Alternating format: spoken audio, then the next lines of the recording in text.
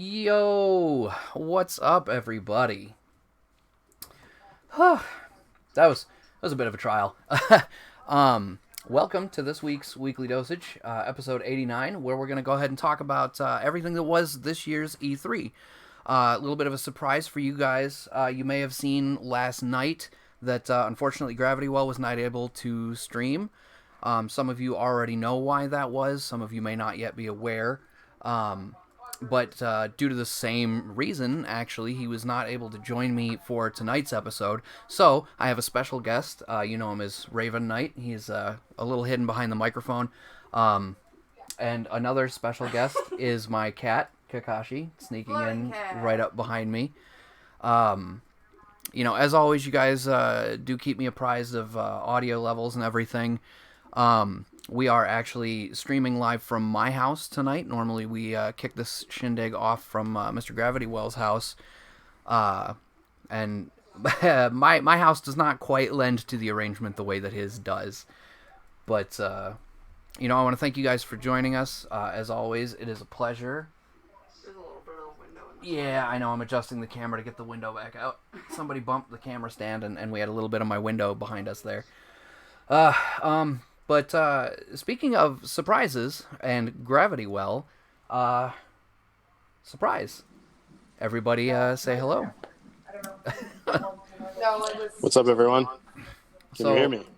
Yeah, as always, or as I said a moment ago, make sure you guys let me know what the audio levels are like. I did several tests before we went live, but, the nature of technology, everything could have gone sideways real fast. Alan, in case I didn't say it already, because I don't think I did, what's up? Already in the chat is Alan. I don't quite see anybody else with us yet, so I guess this one's for the books. Grav, thanks for being here. I know you got a lot going on. Do you want to fill the crowd in on what's been going on with you, man? Yeah, so we're just sitting, waiting right now at the hospital, waiting on baby. So we were projected this afternoon, and still nothing yet. So, still waiting. Crazy times. I mean, that's really the update. We've just been sitting here. Hey, T-Shot, what's up, man? So. Yeah. But I didn't want to miss this one if all possible. That's why I wanted to at least talk a little Xbox, since I know y'all ain't always favorite of it. I'm looking at you, Raven. Listen, I don't hate the Xbox. Actually, I'm going to tell you something that I don't think I've told you yet, because I wanted to save it for the show, because I wanted to see your reaction when I said it. After this year's conference, I'm actually heavily considering switching back to Xbox as my primary next gen. Yeah, because it's easy, because we saw nothing from Sony. Well, I quiet you. It's not even about that.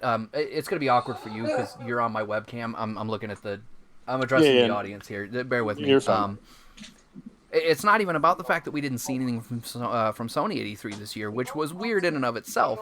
But no matter what we wind up seeing from Sony after this year's press conference, there's a couple of major moves that Microsoft announced that Sony's going to have to put out at least equivalent for me to even consider sticking with PlayStation as my primary next gen. And the two biggest ones Let me guess this why, though. I'm going to butt in. All right. Go. What do you got? I have a feeling, because I know you're a PC gamer. This appeals to that demographic more with what Microsoft's approaching here. One of them, yes, absolutely. I don't know the other. I knew that for one. Go ahead. Oh, sorry. I was also reading the chat. T-Shot says, Gravity, where you are is your fault, and that's true. And TC says, hello. What's up, TC? Thanks for joining us, man. Good to see you. But so, yeah, the first one, I think based on what you just said, is 100% correct. It's already live as of right now. Microsoft has updated their subscription model system to what is now called Xbox Game Pass Ultimate, which is Xbox Live Gold, Xbox Game Pass, which if you're not familiar with, gives you access to hundreds of games on demand that you download directly to your console and can play as long as your subscription is active for as long as you want and as long as it's in the Game Pass library. For free, rolled into that subscription, but announced officially at E3 this year and rolled into that Xbox Game Pass Ultimate is now Game Pass PC, which is, if you've already had Game Pass and you're also a PC gamer, you've seen they've kind of dabbled in it a little bit with a lot of the cross-play stuff. Sea of Thieves and Crackdown 3 are two high-profile titles they did this with, where they launched day one on Game Pass, but they were also available on PC because they were cross-play and cross-buy. I'm over here talking with my hands, and they're totally not on camera, so that's for me, I guess. But so that was a big get for them, was the ability to do both the cross-play and cross-platform that way. But now they're expanding Game Pass to be its own entity on PC, where you will still have access to those games like Sea of Thieves and Crackdown and State of Decay. State of Decay 2 was another one of those big titles, but they're actually expanding it to be PC exclusive titles. I actually upgraded my PC to the most recent version of Windows so that I could get into that Game Pass PC beta, which doesn't require any kind of sign up other than having an active subscription to it, which right now is $1. And I downloaded Age of Empires 2 last night because that's one of the PC exclusive Game Pass titles, and I'm super excited to play it. So I don't know what to do with my hands. Smalls, what's up, noob? Thanks for joining us. Always good to see you. And Blake, you missed the explanation to what happened to Thursday's episode, unfortunately. But brief recap. Yeah, Gravity's we did an got some outline. news. You want to say it again, or is it my turn? Blake wants to know what happened to Thursday's episode. And Andrea says first. So I want to... No. I just wanted to touch on the Game Pass thing. What happened? Why the show got... Uh-oh. She's going to chat. You're getting all skippy on me. Yeah, that's going to probably happen. There you go. Andrea answered your question, Blake. That's what happened to Thursday's episode, buddy. So go ahead, Grav. What do you got on the Game Pass thing? What's up? I was just going to say, you and I spent a few days this week doing a several-page outline for tonight's show, and a majority of the Microsoft stuff, we're going to be talking a lot about this Game Pass thing and the benefits of having it. And this is going to give, like you said, a lot of leverage for people to potentially come back that may have left this generation. So, and again, I'm not a spokesman for Microsoft, but I feel this is a huge selling point. Yeah, I agree. Raven, thoughts? I just wanted to address Travis and tell him I don't hate Xbox. I think PS4 was better this generation. Last generation, 360 was much better than the PS3. Hate it. We could have a show on that alone, and I want to do that sometime. But yeah, that's going to happen. There's pros and cons on both sides. I did, just like Trevor and Kevin, I switched from 360 being my primary last gen to PS4 being my primary this gen, and a lot of it had to do with the exclusive IPs and my preference for them. The remainder of it was what Microsoft, in my opinion, screwed up at E3 when they announced the Xbox One, and it's why it's such a big momentous statement for me to say their Xbox Scarlet presentation and all the stuff they're doing now with the Xbox One and what's coming with the Scarlet is enough to really make me consider switching teams again. I was prepared to go PS5 primary again, but he's gonna get both anyway. I mean, I am. Several Let's be times. real, but I was going to say, all of us will do that. Well, most. I shouldn't say all. yeah, I'll have both, but it's a matter of what am I going to buy on first. I don't know. I can move it back. So Andrew Whatever asked why one my head's comes so out big first. on the screen. She asked what your head is still doing on screen. No, why it's so big. Oh, well, because when I put it in when I put it in, You hear me? you're says- getting a little robot on me. But when I initially put the call in, I thought it was going to be temporary, so I figured, hey, go big. But if you're going to stick around for a while, I'm probably going to resize it in a second. Yeah. Don't judge the size of his head. He can't help it. It's true. I was born this way. Start calling him Big Head. Hangouts. So the way we have this outline started is basically the end of Microsoft's press conference. Do you want to give a breakdown on what Scarlet is? Um, Not Amanda's daughter, Scarlett. yeah, not so much. I mean, there's really a lot to unpack with that. I mean, the first thing we're going to say is we don't have a firm release date or a price yet, but they did announce So firmly holiday let's 2020. guess. Do we think November 2020? I'd say a little before to get Black Friday. I was going to say if they're smart, they'll go late October, early November.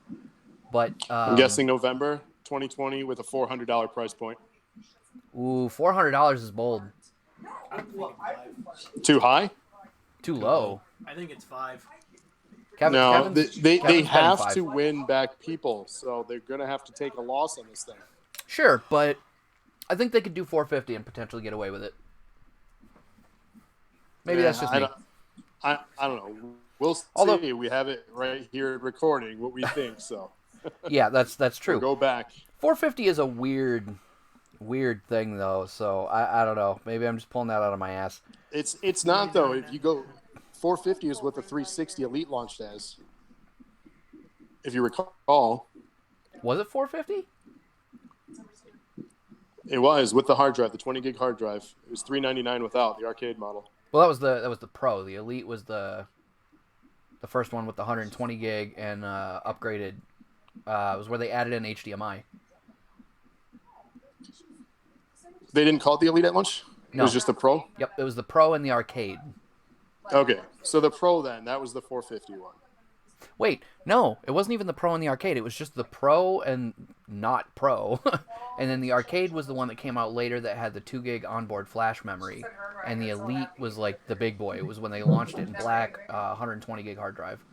Yeah, and it had. Yeah, I remember that now, because it was the first one with the internal. Yeah, that was the arcade had the internal one. But yeah, which is kind of surprising. We didn't get as many. Well, we still got 3. We got the S and then the 1X. So we still got 3 different models this generation. Well, and there's still the rumor for the 1X. I think they were calling that the arcade for some reason, probably just a throwback to the 360. But there's still the rumor of the discless one. No, that came out in May. Oh, no, you're right. That did come out. So that's 4. Yeah, okay. Which that thing's weird looking. Have you seen it?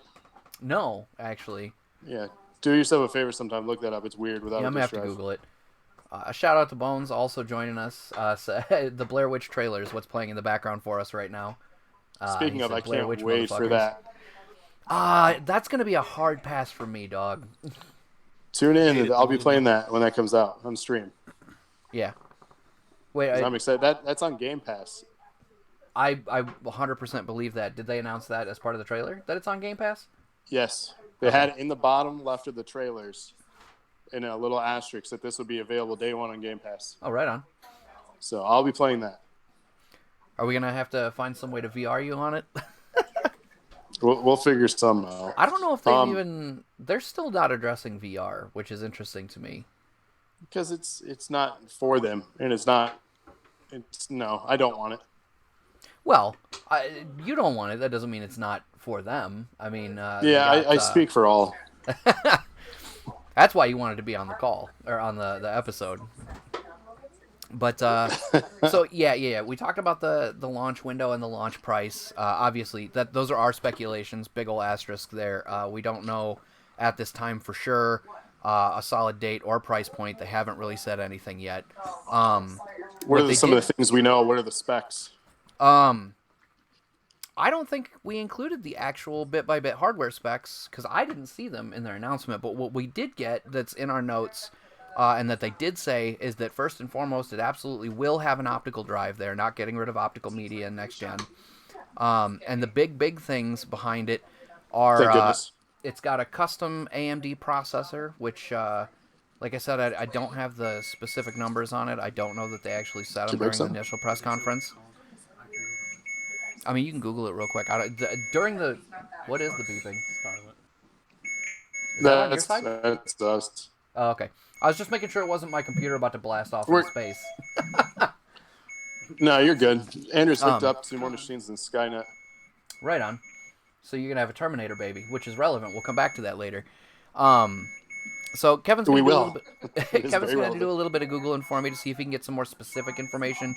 But it is a custom AMD processor that is going to be paired with a custom graphics card that is going to be supposedly capable of 8K resolution at 120 frames per second with next-gen ray tracing. Which, if you're not familiar with ray tracing, like that is the big thing in graphics engines right now, where they're finally able to do truly realistic light and shadow.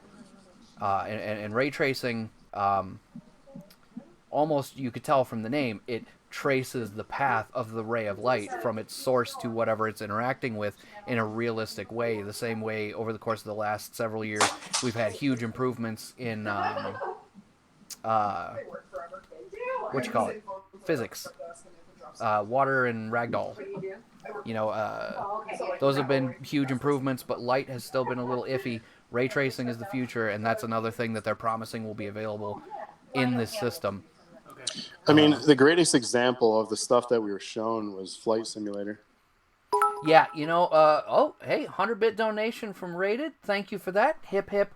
Hooray. Yay, we got Trevor to do it. Hey, and since we've actually got the ball rolling there, you guys may have noticed up top there, way above Travis's head, Bones, I'm going to answer that in a second. We've got the raffle giveaway bar up there. We do have a minimum goal we have to meet to make sure that that we're able to actually conclude this whole thing. But for every 100 bits that you donate, and it has to be 100 bits in one go, it can't be 50 and 50 or 100 times like some people we know. For every 100 bits you donate at once, we're going to enter your name into this raffle, again, assuming we meet our minimum goal here, for a pretty nifty giveaway. Trev, do you want to tell the audience what we're... That is so loud. You could have done that in the kitchen, man. Do you want to tell the audience what the potential raffle giveaway is here? So it's something that is better than what critics said it was rated as, or like reviewed as. Rated. And that is not rated, but reviewed as the PlayStation Classic. Yep. So check that out, guys. If you don't already have one, it's a really nifty thing. We actually did one of our... We did a couple episodes with it. Yeah, I was going to say we did one of our upcoming holiday episodes, you could call it. Yeah. And the Puzzle Fighter one already went live, right? That's not in the one that's upcoming. That's one we already did. No, that'll be July 5th. Oh, that is the one that's upcoming. What was Yep. Oh, it was that snowboarding game. Cool Borders. Cool Borders. We already did that one. Yeah, that was the one we already did. But yeah, it was a pretty cool little system. Like Travis said, it is definitely underrated compared to what the critics said about it. I was pleasantly surprised. We could do a whole another episode talking about that. I'm not going to do that, but the point is, I think it's really cool. We're really excited to be able to offer that to you guys.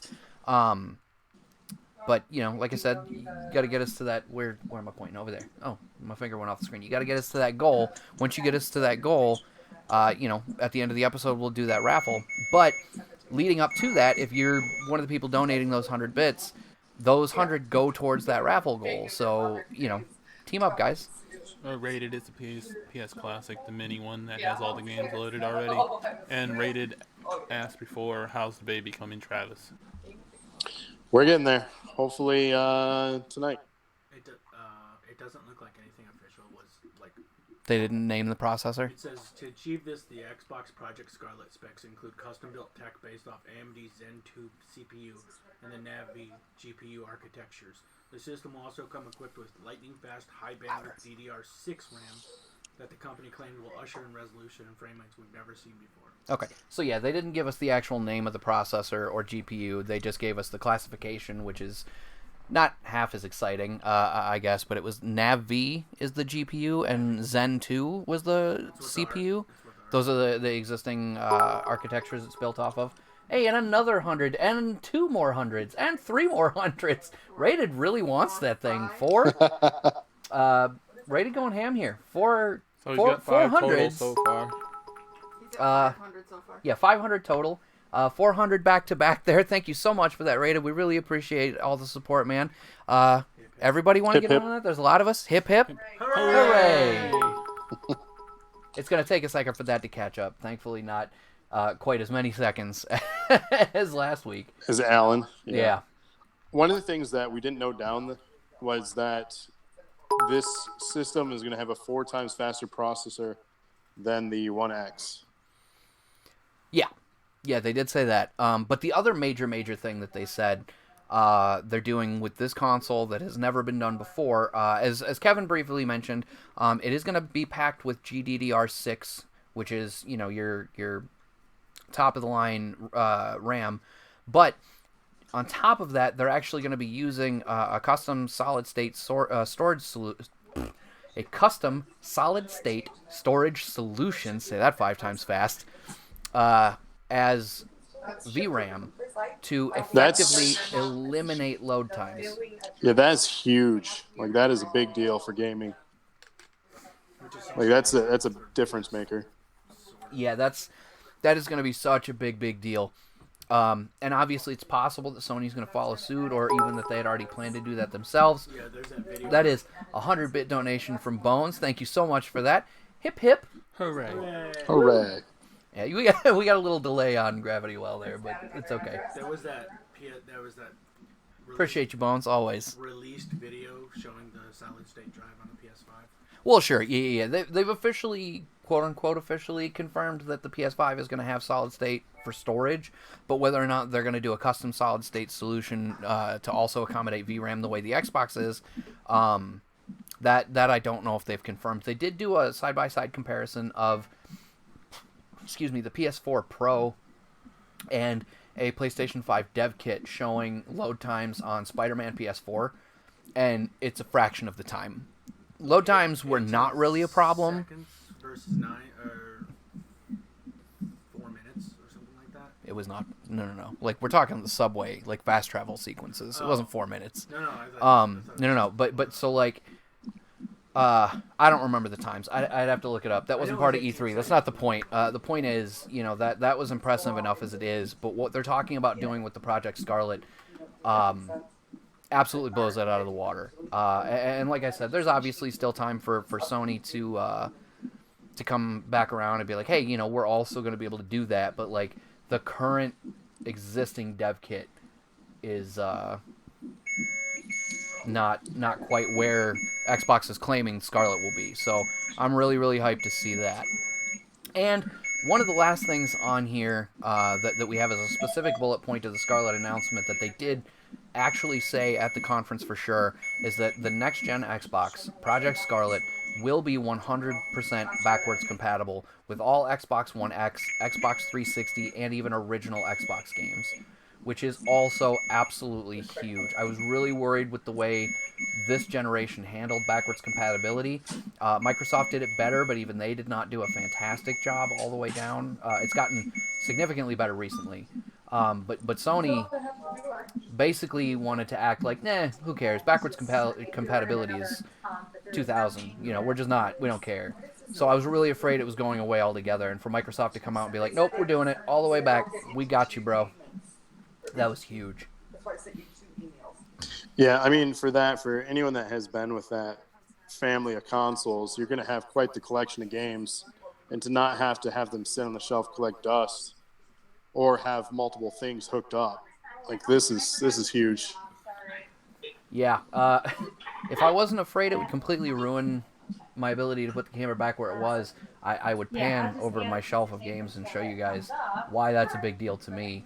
But then I'd still have to get it in the scene. It would be faster to use the camera. I'm not adding anything. It's just not worth it. Hey, post it to your Instagram. Yeah, I'll throw it up on Instagram later tonight. Because I actually do have to start putting some of the stuff away. Smalls and I are looking to rearrange the living room, so most of the stuff is gonna, if it's not current gen, it's probably gonna go in the closet. Or my place. You're funny, friend. Rob doesn't get rid of video games. I don't. I have 2 copies of Crackdown 1 on that shelf right now. Don't you have that Burger King One game? was mine. Yeah, for the original Xbox, I have the Burger King game. I don't get rid of games. But and then to jump back a tiny bit on what I said at the top of the episode, our next major bullet point was about Xbox Game Pass. One thing I did mention earlier, the beta is live right now. You can subscribe for $1 if you're not already a member. If you are already a member, like Travis and I were, I upgraded my existing Xbox Live Gold for that $1, and I'm actually good till February of next year as it is. So, hashtag not spawn, that's true. But one of the major things, and the reason I mentioned earlier in the episode I had to upgrade my PC, is that it does require the newest version of Windows 10, version 1903, which was the May update. I actually had to go in and manually grab some new drivers for a couple of things because Microsoft was not pushing the update to my PC. So if you do decide to check it out, make sure you keep that in mind. You got to make sure you're on the correct version of Windows, and double check why you might not be getting that correct version of Windows if you're not on it already. Oh, and then the last thing, the $1 promo price obviously is what's going on right now, but that Game Pass Ultimate subscription will actually only be $14.99. Which is really good deal. Yeah, absolutely. I mean, they said it's going to be $14.99, and I'm like, isn't that what it costs now if you pay month to month? Isn't it $15 for gold? No, it's 10. Well, I know, but like that's where my mind was. $15 is so little. I just was like, I thought that's what it was. Yeah, no, it's for a the really amount of good stuff deal you're for getting, the you know what amount I of mean? content. What's that? It's a really good deal for the amount of content. Yeah, it's a ridiculous amount of content that you're getting for that. Trevor, He didn't hear me. do you have any thoughts or input on any of the Xbox stuff? Bones said some stuff there. Oh, did he? Shit, I missed it. I'm sorry. I got so wrapped up in the conversation. PS5 and Scarlet backwards compatible, and then I feel that will just grandfather people into getting the next gen. Yeah, Bones, I agree. I do think that's a real good way to get people grandfathered into your next gen consoles. I don't know that the PS5 is fully backwards compatible. If anybody wants to verify that for me, I haven't seen anything. They have not confirmed. Yeah, I was going to say, I haven't seen anything confirming that. There's a lot of speculation, but nothing that I've seen. Okay. Was there anything before that I missed? No. Oh, okay. Okay. Yeah, I mean, with Smalls just pointed out, with especially with Microsoft coming out and going all the way back with theirs, Sony would be absolutely insane not to pack as much backwards compatibility in as possible. I know PlayStation 3 backwards compatibility is always a bit of a hot button issue for them, largely because the architecture of the PlayStation 3 console was so, let's say robust is how they wanted to put it, but it was a giant pain in the ass to program for, and it's why they went back to, Intel architecture this gen, rather than sticking with the cell processor and innovating on that, iterating on that innovation. But yeah, it would be crazy for them to not at least do some kind of backwards compatibility, really. Wonder if that'll work with like the downloaded games. 'Cause that's how most of my games are. Yeah, I don't see why it wouldn't work with the digital. Download them from the. They're all going to be like that. It's for authenticating. Well, yeah, no, we just mean the distinction between popping a disc in and playing it versus if you already own a game digitally, will you just be able to download and play it? My assumption is yes, because it'll be tied to your same. Yeah. I don't see any reason why it would why it wouldn't work digitally. So that's my thought on it. You got anything else on Xbox there, Trevor? I just want to see what PlayStation does before I commit to one or the other. But Xbox did show a lot of good stuff. Yeah, they had a really, really solid showing. Has Sony announced any kind of actual press conference? No, in point of fact, all that's going around right now are a lot of news outlets being like, Sony's E3 quietly happened while you weren't looking, and they cite the recent Days of Play event where they made a couple of game announcements, and then one of the things we're going to talk about later on in this was Kingdom Hearts 3 DLC. I feel like they have to be getting ready to drop something major. I mean, maybe, but there's no planned event. Right. You know what I Yeah, mean? yeah. They're Well, not that's what I doing was like a asking Sony if there was- conference. Yeah, not that I'm aware of. But I just feel like there's something in the works that we just haven't heard about yet. They didn't want to have a tent this year. moving people from space to I saw this space. thing. I was like, they're just Really? mad because no one liked their conference last year. Yeah, their conference last year. You know, let's take a tiny step back from platform specificity and just talk about the distinction between last year's E3 conference as a whole and this year's E3 conference. You and I, Travis, talked about this earlier in the week where we both said E3 this year was weird, and part of it was that Sony wasn't there. But last year's E3 was also really weird, but for some Which you very, can watch. very different reasons. Because Sony was there. What they should do is check out our videos. That's true. If you want to know more of why we thought it was so weird, you can absolutely go back to last year's E3 coverage in our YouTube archive. Is that up in the Twitch archives too, I believe? Maybe. I don't know, though. If it's not, whatever, it'll get there eventually, but it is absolutely for sure on our YouTube channel. Hop over there and check it out. We covered all of E3 last year, some of it as it happened even. It's even on our Facebook. It is on our Facebook. Yeah, we went all out for last year's. First I'd ever watched. Life got in the way this year. Literally. Literally. So, You calling But yeah. E3 as Baby Chaos? yes. That should be the baby's middle name, Chaos. I like it. All right, we're done. That's decided. So moving on from maybe moving on. Do you have any parting notes on the Xbox specific stuff, or you get to move into the next bit of stuff? I mean, I'm ready for games. All right. So I don't think we remember should if we start went. with the most important game. Oh, so Cyberpunk 2077. Nope, you're wrong. No, he's right. No, they did as part of the Project Scarlet announcement specifically. Oh yeah, because I got interrupted earlier. Thanks, Travis. I was gonna say while they did not announce specifically a release window or a price point, what they did announce specifically about the release is that it will launch with Halo Infinite, the next chapter in the Halo saga, and along with it, they also had what was actually a really cool trailer.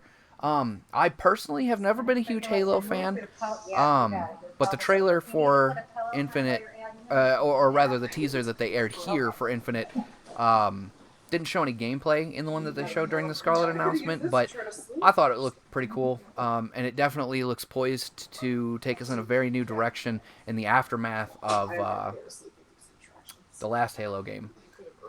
Which I know So. nothing about. Well, I mean, they showed in-game engine stuff, what looks to be what we can look forward to. Yeah. The one thing to note about this game, too, is, yes, it's launching with the new system, is also going to be on the One. Oh, I did not catch that. I thought it was gonna be a Scarlet specific release. Nope. They want it on the One so you can play all of Halo still on the One. It's kind of Right like on. what they did with Zelda. Speaking of wanting you to be able to play all of Halo all on one system, I'm going to go ahead and be a fangirl about Game Pass again. If you didn't know, all of Halo is available on Game Pass for PC. Yep. I mean, So that's that a was pretty also big deal. cool. So, But, anything else specifically about Infinite, sir? Because I don't have a ton to say about Halo. Other than, the trailer looked cool. It's definitely going to be a Scarlet launch title, and it apparently will also be on the One. well, here's the good thing about that. What we do know is that it's going to have split screen again, which they took away in 5. It's going to get back to its story with Master Chief, which people were very upset in 5 that it didn't have. Wait, Master Chief wasn't in 5. Was Master Chief not in 5? Again, I didn't play He Halo. was maybe in 20%. Really? Wow. Who did you play the rest of the time? Master Chef. Nathan Fillion's Just character. Gordon Ramsay. See, he doesn't even remember his how badly his name was No. Locke. No, Travis went all full robot on me here. I think his internet got a little choppy. I know. I was kidding. Did you hear me? I did not. You laughing at the noise I made, sir? Can you hear me now? Yeah, I can hear you now. I just didn't understand anything you said about who you played Oh, as. no. You play as a bounty hunter named Locke. Really? Wait. I was in Halo? Is Yeah. that Nathan Fillion's character? Nice. Kevin wants to know if that was Nathan Fillion's character. No. I don't believe so now. Well, he doesn't believe you, so he's going to No, Google it. it's not that I don't believe you. He doesn't While seem he's confident. looking up whoever Nathan Fillion played, let's go ahead and roll on down the list because we're already we're 37 minutes into this and we've barely gotten off the console. It's gonna be long.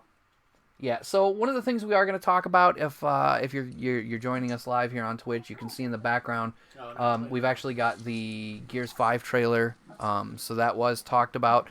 Gears 5 Coalition is officially coming out September 10th this year. Or if you're on the Ultimate Edition, you get it 5 days early. Or is that Game Pass Ultimate? Nope, that's the actual physical Ultimate Okay, Edition. that's what I thought, but then we don't have specification there, so I just wanted to check. Yeah, that's up for pre-order now on Amazon. Right on. So if you're a Gears fan and you haven't gotten that already, man, make sure you get on that. They also announced a new game mode called Escape, which I think is actually specifically the trailer we have going on right now is the Escape trailer. Which I was actually a really huge fan of this trailer for a number of reasons, but I actually really like the song Let's Go, which is what they tuned it to. So I had a good time with this trailer. I liked it a lot. But that will feature 3-player co-op to infiltrate a hive nest, plant a bomb, and escape. It will, just like many, many, many, many things that are going to come down this list, be coming to Game Pass day one. So that's also really cool for people like me who already updated that Game Pass subscription, and you as well, Travis. So we'll have some Gears 5 to look forward to when that launches in September. And then they also announced a bonus playable character, the Terminator Exoskeleton. Nice. Which classic robot. Yeah, the classic T-800 from the future. Very cool. In point of fact, I think they're going to show it at the end of this trailer if you watch, but it shows the Terminator scene straight out of the movie, except instead of the big futuristic rifle, he's got the chainsaw gun from Gears that for some reason I can't think of the name of all of a sudden. Lancer. Stepping on Lancer, yeah, stomping on the skull, yeah. So we don't have any other notes. Do you have anything else to add for Gears 5? Other than potentially being excited? I think it looks really good. Yeah, I'm looking forward to playing that one with you. Yeah, it's going to be really good. Does this trailer not have it? Man. I think it that's comes a bummer. back after it. Yeah, I'll find it later. Oh, speaking of the trailers that are in the background, guys, historically, we usually just throw images up there to be behind or in front of us in our older stuff. But if you're interested in checking out any of the trailers that are going on behind us, obviously, you can search them up on YouTube yourself. But what I would like to say is that we decided to go out of our way this time to make sure that we had a publicly accessible playlist of the trailers we have playing in the background. So if you want to actually check out the specific trailers we've got going on, you can head on over to our YouTube channel, youtube.com/doseofnerdacumen. Check out our playlist. The playlist is actually just named E3 2019 trailers. Yeah, Star Wars trailer going in the background. I'm excited to come around to that. That is not next on the list. That's just what's in the background right now. So we'll come back to that. One of the other major announcements, and this took up a huge chunk of time during their... we got to talk about Cyberpunk. Yeah, during their press conference, I was literally about to say Cyberpunk 2077, the next game coming out from CD Projekt Red. If you're not familiar with either the game or with the company, CD Projekt Red is actually best known for the Witcher series right now, which I highly recommend you check out. Also announced at E3, I believe, or just before E3, The Witcher is coming to the Switch. So yep. That's except they did confirm that it's going to be. Did you hear that, Rob? Hear what? Handheld mode. It's 540p. TV 720. That's hurtful. Yeah, that was kind of my concern. On a single card, 32 gig card. I mean, it's impressive they're cramming the whole thing into one cartridge. Don't get me wrong, but I knew we were going to suffer some visual fidelity and loss. 540. That's terrible. That's potato. I mean, in handheld, 540 may not be bad. The screen's not huge. 540 could be okay. No, I bet it's not going to be great. No, it's going to be potato. If I'm being real, it's if you're going to play the game, play it on the PS4, on the Pro. It looked okay at times. Yeah. No, seriously, after playing Witcher 3 on PS4 Pro and a little bit on my fancy 4K gaming computer, okay, brief interlude. Speaking of Nintendo stuff, though, The trailer that's playing in the background right now is for Animal Crossing, and I'm like, oh my god, I lack words in English to express how fucking excited I am for that Oh, I have game. some. So excited for Animal Crossing. But we're going to talk about that later. It's on the Oh. list. It just happens to be the trailer in the background. Can I interject real quick? Very briefly. Travis might not like this. A lot of games are on sale right now through the Nintendo eShop. Oh, yeah. Like the Messenger for $15. Yeah, Travis, if you didn't know, and for those viewers watching along with us, if you didn't know, if you are a Switch owner, definitely make sure you check out the eShop. They've got a ton of stuff on sale right now. Specifically mentioned 2K basketball. is like $2, literally. Did you hear that? 2K basketball is $2 right now. Yeah, dirt cheap if you're a basketball fan. But $2 for a game? It's a giant game though. It's like 32 gigs. You know what's really stupid about that is I don't even like basketball video games, and for $2 I almost thought about buying it. Yeah, not for 32 gigabyte in size. Yeah, It's such a video I didn't say I would download it. I just said I might buy it. That's really the one downfall of the Switch is the storage is not that great. No, it's terrible. I think I put a 256, 128, 256. I put a huge SD card in it. And I still feel like it's too small. Mine's almost full, and I have a 128. Yeah. So anyway, Cyberpunk is what we were talking about. CD Projekt Red, makers of The Witcher, really good pedigree for this kind of stuff. If you're interested in checking out what you can look forward to for Cyberpunk 2077, I highly recommend you give The Witcher 3 a shot. I'm very confused because for some reason our doc says that the release date is September 16th, 2029, and I feel like that can't be accurate. Is that It's a typo. April 16th, 2029 is what it says. It's slated for April 16th next year, right? 2020? Yeah. Okay. It's a typo. Yeah. Oh, are you just going to hop in and fix it for me real quick? Yep. No, I just got a good giggle out of that. So that's not coming until April, so we got a little bit of a wait on that. But what we did get at E3 this year was an expanded story trailer, as well as some gameplay footage. But the big moment for this game was up on the big stage with Microsoft. They got the extended story trailer that was actually capped off by the reveal that in the game we'll have none other than John Wick himself, Keanu Reeves, who then took to the stage to talk more about Cyberpunk in what might have been one of my favorite E3 moments ever, where he got heckled by... I wouldn't call it heckling. He got heckled by a person in the crowd by them interrupting him to tell him that he's breathtaking, as he was describing the game to be breathtaking. And in turn, he just replied, "You're breathtaking. You're all breathtaking." And we had a little moment of love for Keanu Reeves. The man is a treasure. The internet has lost it over him now. Did you hear what CD Red did? Yeah. Or Project, what the company's doing? No. They're giving the game to that guy who got your breath. Nice. See, positive reinforcement. I don't know if you guys heard what Kevin just shared. Apparently, the dude in the crowd that yelled, "You're breathtaking," is getting a free copy of the game from CD Projekt Red. I can't confirm that. That's news I heard from somewhere, so, Yeah, I've seen it multiple Why do they times. call it Square? we'll see how it goes. But the point is, they seem like a real stand-up company, and of course, Keanu Reeves himself is a real stand-up dude. I'm super excited to see more about Cyberpunk 2077. It looks like it's going to have a huge amount of customization.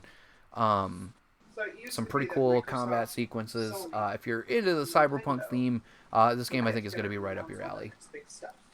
I'm going to play it. Yeah? Stellar endorsement.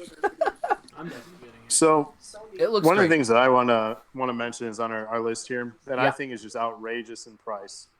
They're releasing a new Elite controller called the Series 2. Yep. And it is retailing, and they said it on the stage, $180. Yeah, that is no joke of a price controller. tag. How much was the original? Wasn't it like 80? No, the No, original it was like 100 something. 150 when it came out. I mean, it's dropped significantly in price now. I think it might be 80, but when it launched, it was between 100 and 150 for sure, at minimum. But yeah, I'm with you, man. I feel like that's an insane price tag for just a controller. So the appeal to this controller, though, I think is for competitive gamers. It's going to be people that want for example, like Call of Duty competition, any FPS competition, because it's going to appeal to those that want the adjustments, the shorter hair trigger locks, so you're faster with your firing. Adjustable tension joysticks is what I have noted here. Wraparound rubber grip, so for longer play sessions, for better grip. these are all the twitchy kind of things that you need in first-person competition. And I think that's who will appeal towards it. The big selling point that I want in the controllers for stock that they'll never do, that Sony does, so props to them, and Nintendo, rechargeable 40-hour battery. Yeah.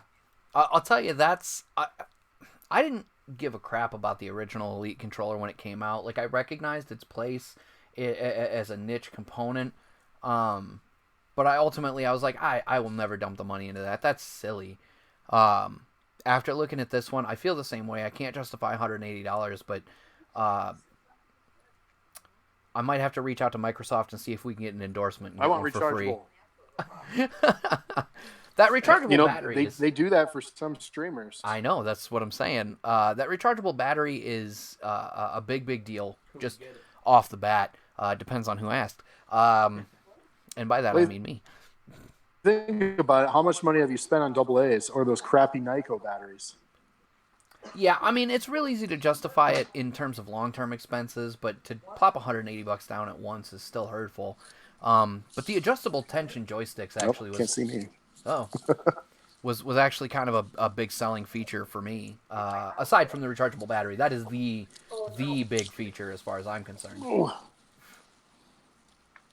Yeah, no, I'll never spend that much on a controller. That's outrageous. Yeah, there's a ton of cool features on it, but it's just not worth the money to me.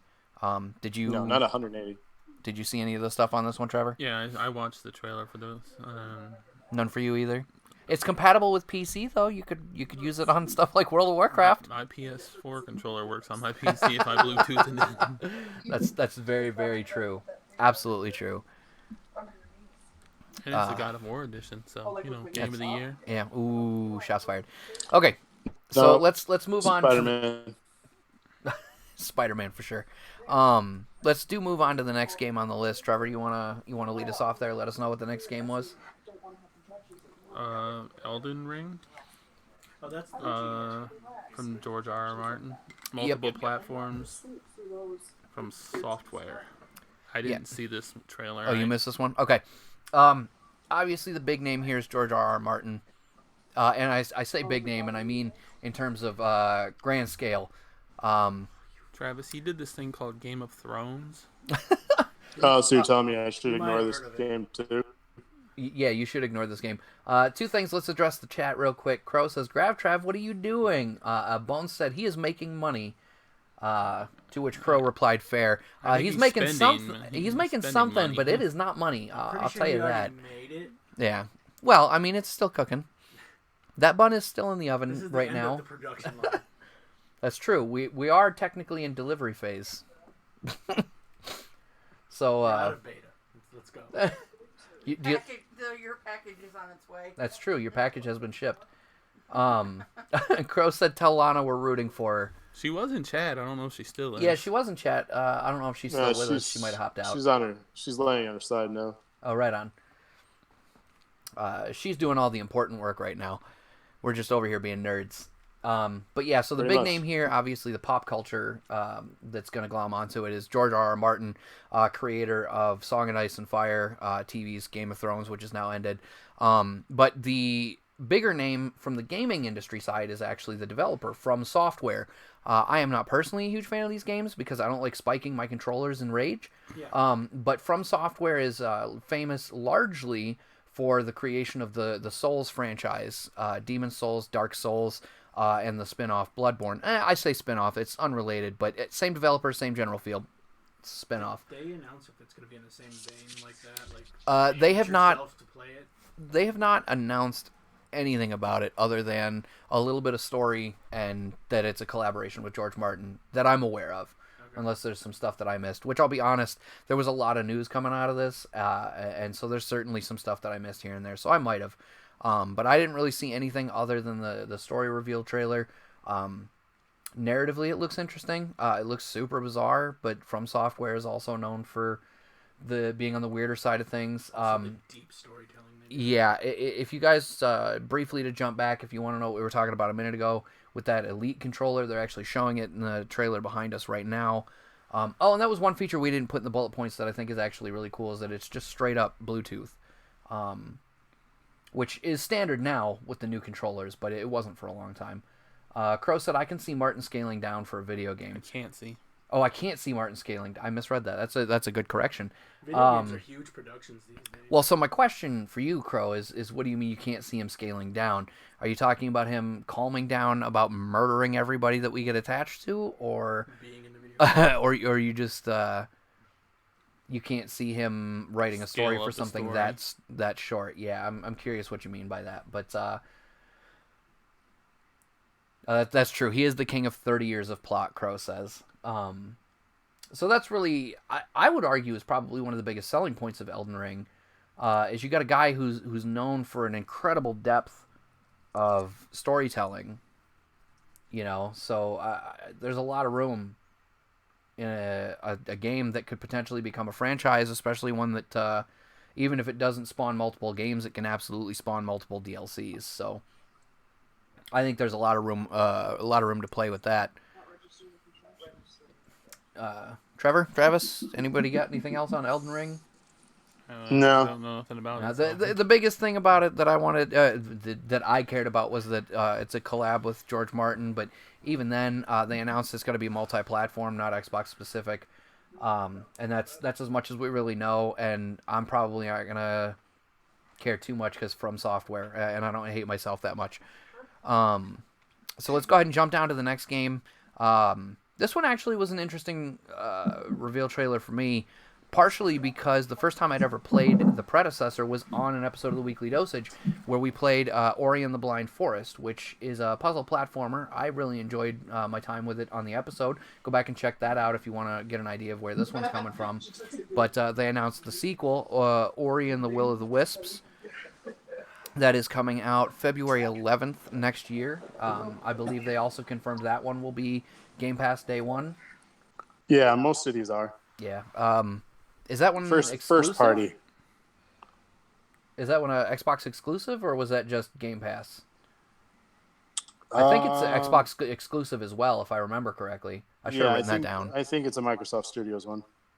But yeah, that looks really cool. Not a ton to say about it. It's a puzzle platformer. A cutesy little guy running around. It's a sequel.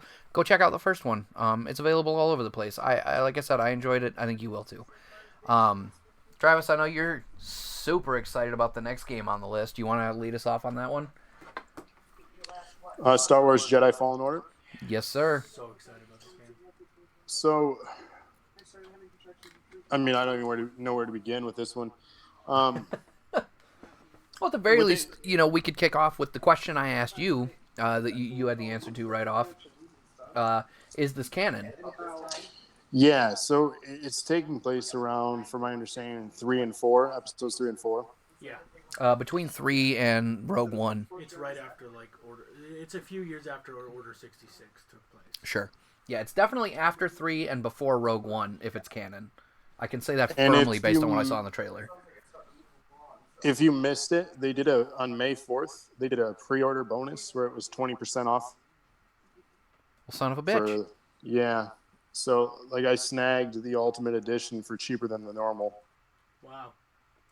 Way to not to tell tell, anyone. yeah, way to tell a guy. I did, actually. I don't believe you. Didn't tell me. We did Avengers that day. When did you tell me? I don't know. I know I did. I know Anyway. I did. Crow asks, is this open world? If you're talking about Star Wars, I don't know. It didn't really look like it to me. No. Think of what was the two Force games? Unleashed. Thank you. Think that Yeah, as far that's as really what it gameplay. looked like to me. with the polish of the It's new got, look. It looks like it's simulated open world. It kind of cages you in. Yeah, so like Force Unleashed. Yeah. Well, that's what I was. Yeah, I was just- it's still forced narrative. I mean, it can make it look like you're gonna have open pathing, but yeah, ultimately it really looked like the next iteration of Force Unleashed. Hey, and 1-bit donation from Crow. Thank you so much for that. Hip hip! Hooray! Look at that whole room. I do like that Kevin Monahan is the main character. That clicked last time I watched the trailer. Yeah, if that's something that Kevin is pointing out for those of you who can't hear him. The main character is Mo Captain, voiced by Cameron Monaghan, who is right now largely famous for his portrayal of 6 different guys that turned out to be the Joker in TV's Gotham. Different guys. Yeah, no, legitimately, he's at least 3 different characters in that show. Oh, really? Yeah. That was I knew very there was confusing. 2. That was very That the confusing to learn. redheaded kid? Yeah, the redheaded The kid. one Yeah, who's also in Shameless. yeah. Oh yeah, for those of us who joined us late, that's a good point. Thank you, Smalls. You can see up at the top of the screen there, we've got that raffle giveaway bar. For every 100 bits you donate, as long as we meet our minimum incentive, we're actually going to be giving away a PlayStation Classic. It's 100 bits gets you 1 entry into that raffle. Every 100 bits you donate gets you another entry into that raffle. But unfortunately, we do need to be in a minimum threshold for that to be viable for us. So help us help you, I guess. We really want to be able to keep doing cool stuff like that for you guys. So that's, part of why we're doing this one. I hope you guys are as excited about it as we are. It does have to be 100 bits at one time, though. Just keep that in mind. So while we appreciate every bit, and that does get us closer to our goal, thank you again, Crow.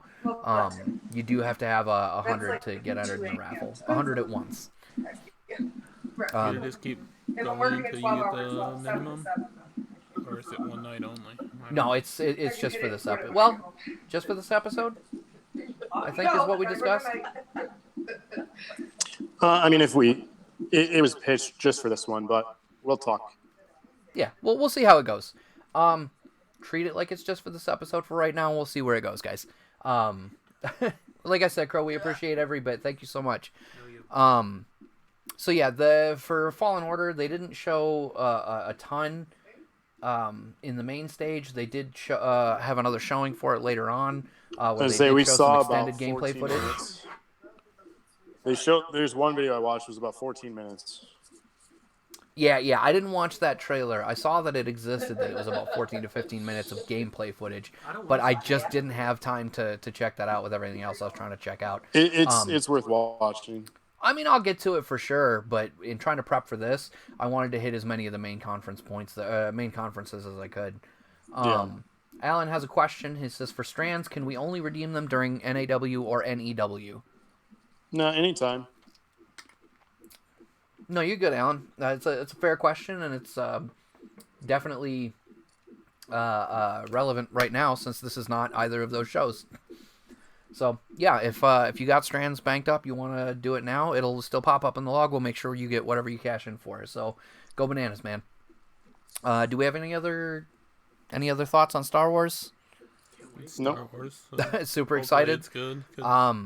Even though it's based off the pre-sequels.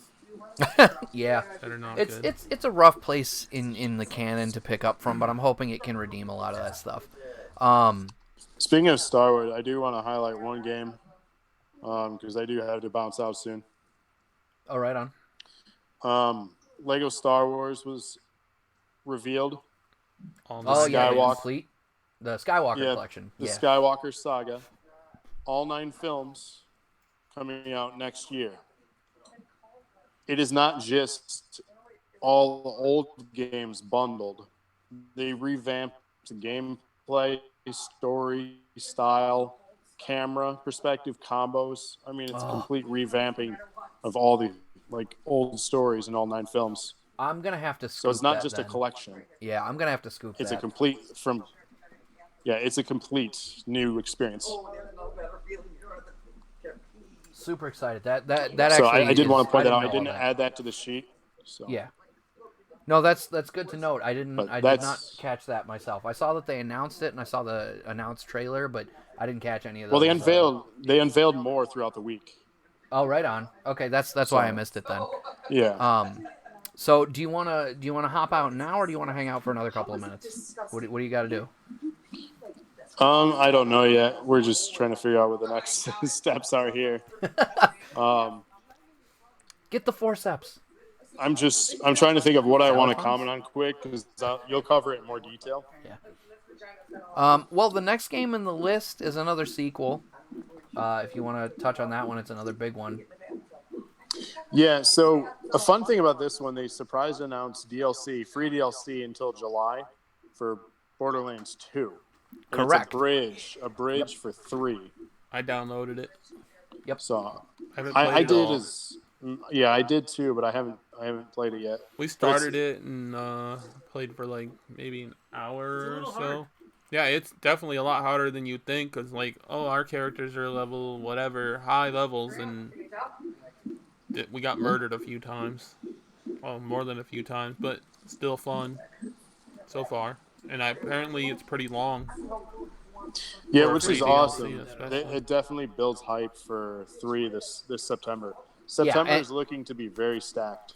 yeah, September is going to be a busy month. Specifically, obviously we're talking about Borderlands 3. As we mentioned, that is coming out in September, specifically on the 13th of September. And they did show a lot at this year's E3 of new gameplay.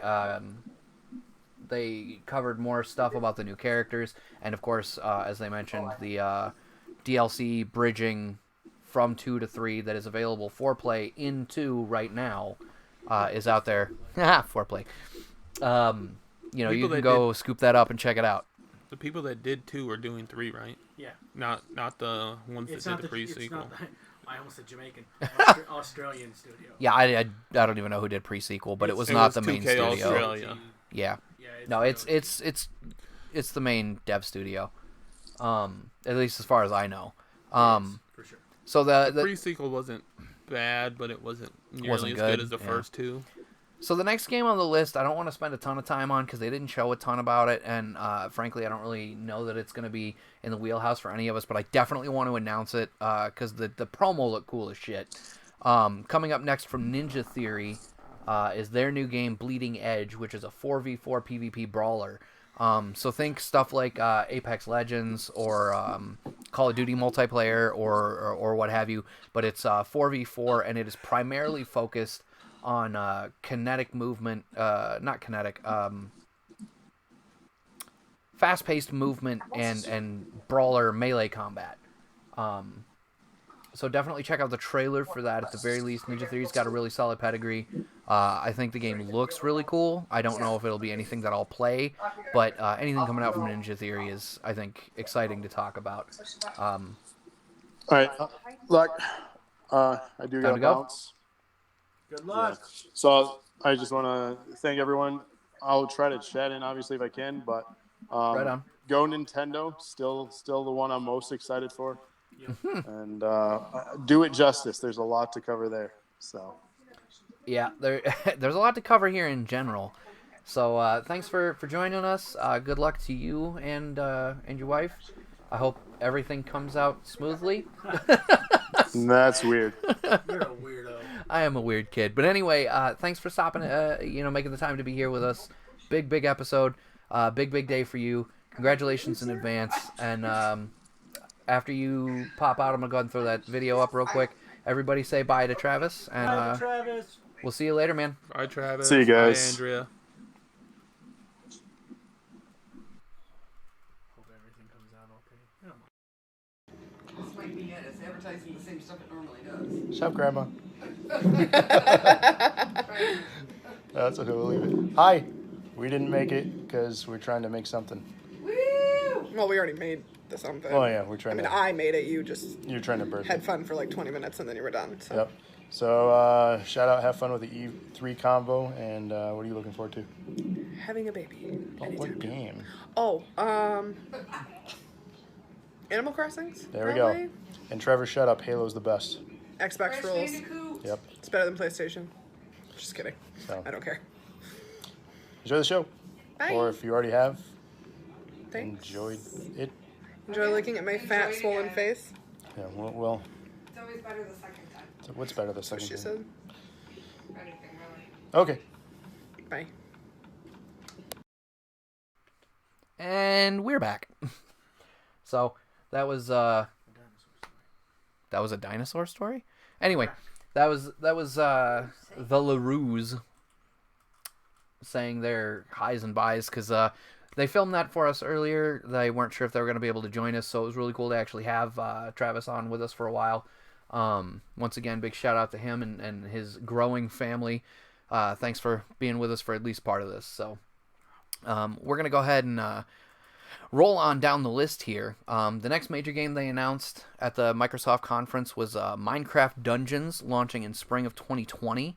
That is going to be a 4-player co-op Diablo-esque dungeon crawler set in the Minecraft universe, and it is going to have both local and online co-op. So that was for it was for Graph. Whatever. Point is, we love you guys. Good luck. I'm not a huge fan of Minecraft. You know what? I sound awful. 13-bit donation from Kind of Smallish. Thank you so much. Hip hip hooray! Every bit counts. Thank you guys. We absolutely love you guys. 13 hearts. It is 13 hearts. It's a great number and a great choice. That's my favorite number. But I sound really negative, and I don't mean to. A lot of the games that they pumped out at the beginning of this is stuff that I'm not personally going to play, but actually really looked pretty interesting. I've never been a huge fan of... everyone does want you to Minecraft. Of Minecraft games. But I have to say this one actually looked like something that I might scoop up on the Switch if it comes out on the Switch, which I don't know if it is or is not. I know Mojang Studios does publish on multiple platforms. I didn't catch if this one's going to be multi-platform or Xbox exclusive. I can't imagine it won't be on the Switch, but just something that maybe I can sit down and play with Alex, because Minecraft is generally very family-friendly. The gameplay style seemed very very straightforward, not overly complex. Minecraft Dungeons. Yeah, Grav, I figured you'd probably be really excited for this too. Like I said, historically I'm not big on Minecraft, but actually this one looks really cool. I kind of want to check it out. I feel like it'll be a good one for Alex and I to sit down and play together. Did you? You, Alex, Grav, and his kid could all play together. Maybe. Atticus. Thank you. No, he meant the new one. Yeah. You the baby. glue a controller in that kid's hand. Don't glue it to a baby. Crow says, I'd probably like it. Yeah, honestly, if you didn't see the trailer, Crow, check it out. Like I said, it looks pretty straightforward. I think it's pretty cool. Unless you mean the original Minecraft, in which case I got nothing for you. You talked to Gravity about that one. Alan, thank you for clarifying that. I assumed it would be, like I said. I know historically Mojang does put stuff out on multiple platforms, so I assumed so, but, who knows. Was that the last one on the page? Okay. So, it was okay to glue it to Atticus. Yeah, Kevin's over here talking about gluing stuff to the older kid like it's okay. I don't even know what's happening in my life anymore. So up next on the list, do you want to... Did you see this one? Too. No, but I played the original, unlike somebody. One of my all-time favorite games. The original is amazing, and you should check it out. I think it's on Steam. It is. I own it on Steam. Yeah, you own it on probably up there too somewhere. No, Sarah owns it on PlayStation 2. You own it then. Well, yours is what's hers is yours and yours is hers or whatever. No, all her stuff belongs to you. What do I own? Psychonauts. It's a great game. It's fun. It's hard to play on. quirky. So yeah, you can't call it an announcement. Psychonauts 2 has already long since been announced, actually.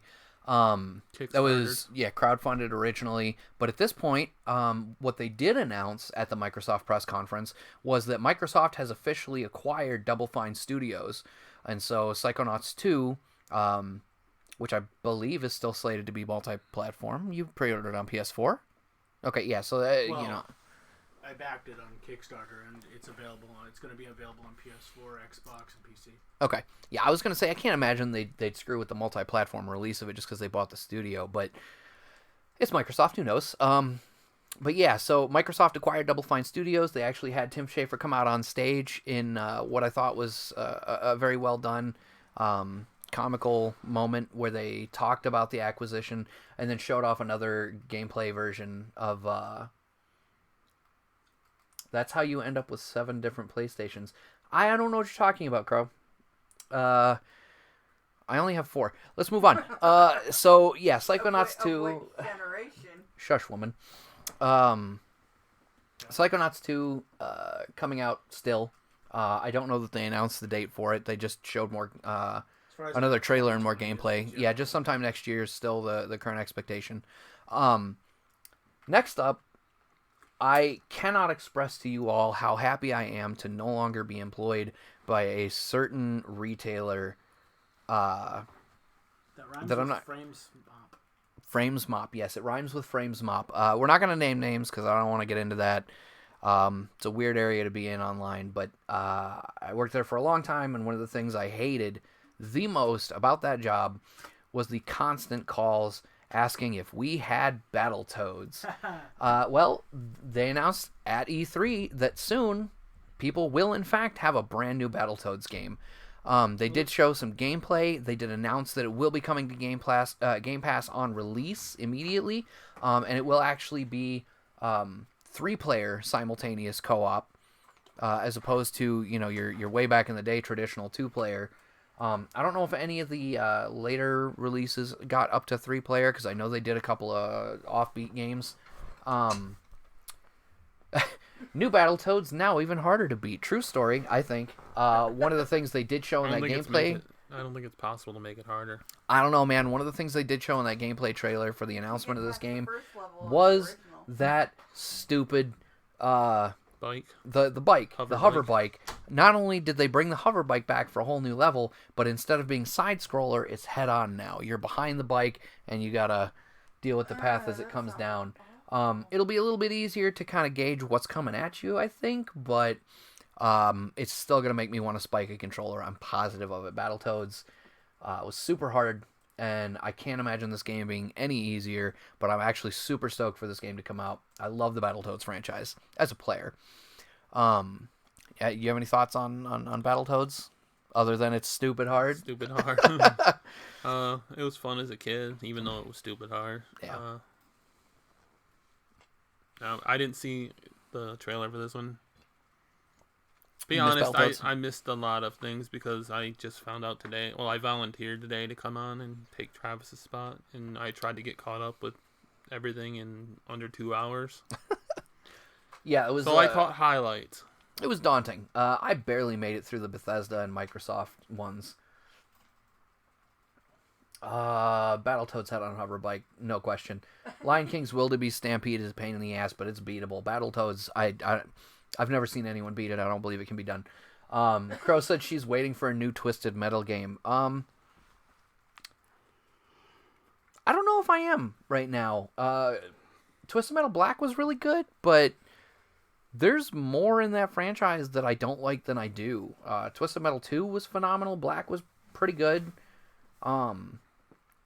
But yeah, I don't know. I'd be interested to see them do more with the franchise in general, I guess, even if it was just add DLC characters to other games. That would be cool, but I don't know if I'm waiting for a new Twisted Metal game. But yeah, so Battletoads was where we left off. Up next was actually just a big montage of a bunch of really cool looking stuff. They did a sizzle reel for ID at Xbox. Unfortunately, I don't have in front of me a full list of everything that was in there. It did go by really quick, but it was a lot of looked like indie titles. And it just further proved Microsoft's determination to back indie developers and really kind of help gaming mature as a whole and have a wider array of content. Crow said tried to play the original Instant Nausea on PlayStation. Yeah, I could totally see that. They did not age very well, unfortunately. But then another major announcement that came out up next was Phantasy Star Online 2, slated for a spring 2020 release in the U.S. Right, it says y'all need to donate. JK, love y'all. Am I allowed to agree with that? I don't think I'm allowed to agree with that, but we sure would love it. Give us your money. Hashtag give us your money. A 2-bit donation from Crow. Thank you for both of those bits. Hip hip hooray. Thank you so much. Every bit. We love every bit. We love you every bit.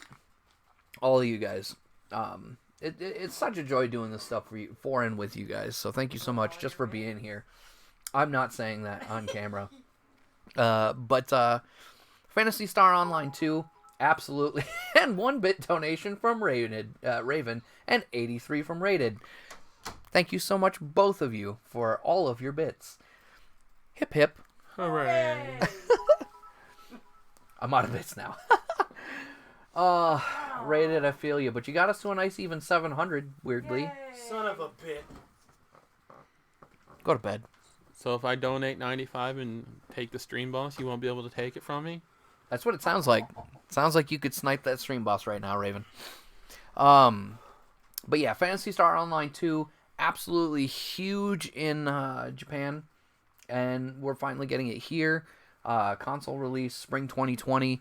If you're an MMO fan, I highly recommend looking into it.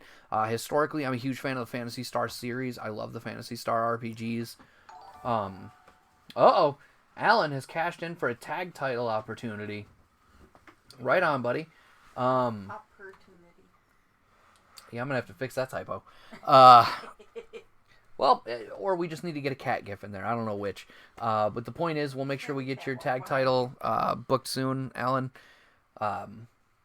Thanks for that, I guess. Holy crap. Well, yeah, the alerts need to be huge. We want everyone to know what's going on at all times. Not normally that huge. Eamed tag title. No, I know, because there's usually a game going on in the background you don't want to block. We're just blocking trailers right now for us, so... And your face. Yeah, nobody wants to see this anyway, right? Right. So Phantasy Star Online 2, spring 2020, check it out. Huge fan of the franchise. I'm excited to check out how this game works when it gets here to the West. Rated out of the question.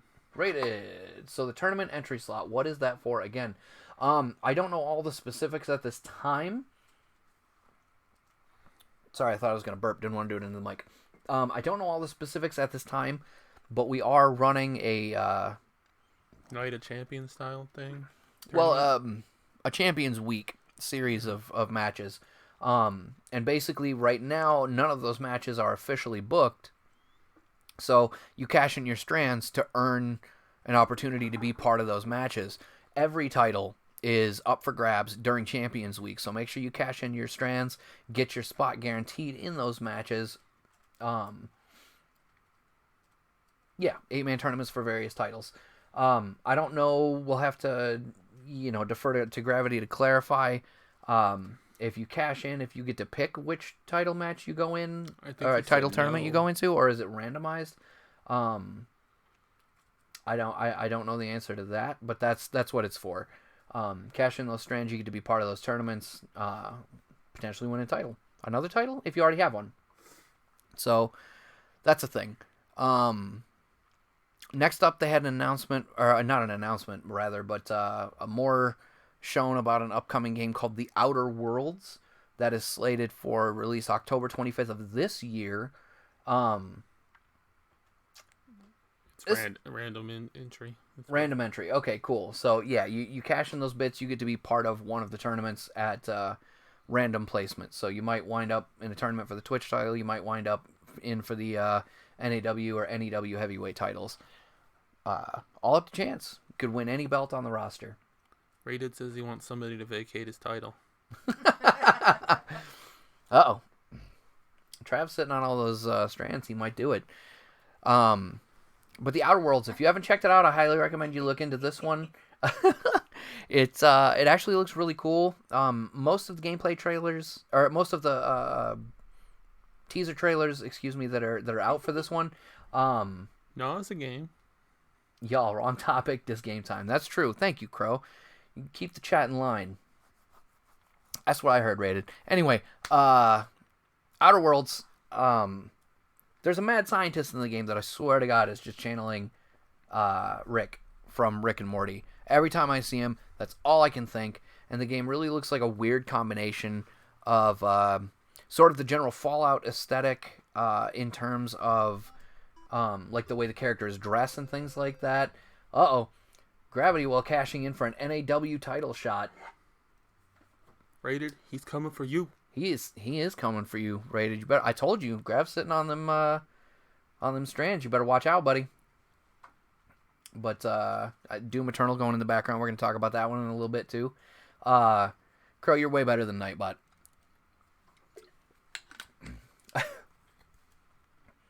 Crow's the New Night. I don't know. I don't have a chant for that. We'll come back to that one. But the Outer Worlds looks like a very weird mixture of Fallout in that it's story-driven and the general aesthetic of the characters and the way they dress, mixed with Borderlands because it's got a little bit of an animated cel-shaded look going on. And then it also looks like just a non-stop acid trip. Seriously, it looks really, really weird, but really, really interesting, and I'm super hyped for the game. I highly recommend you check that one out. Rated says Crowbot. They're like GoBots. Like the... So Knock she's like off the of- Kmart Nightbot? No, we're not going there. I don't like that. Kmart Transformers. I liked GoBots, actually, but that's neither here nor there. Did you see anything on Outer Worlds, Trevor? No. I got the highlight video, and they didn't include... You're killing me right now, bro. I tried. No, you know what? I tried. Legitimately, I just appreciate not being alone on camera, because y'all know how awkward I get when I'm by myself.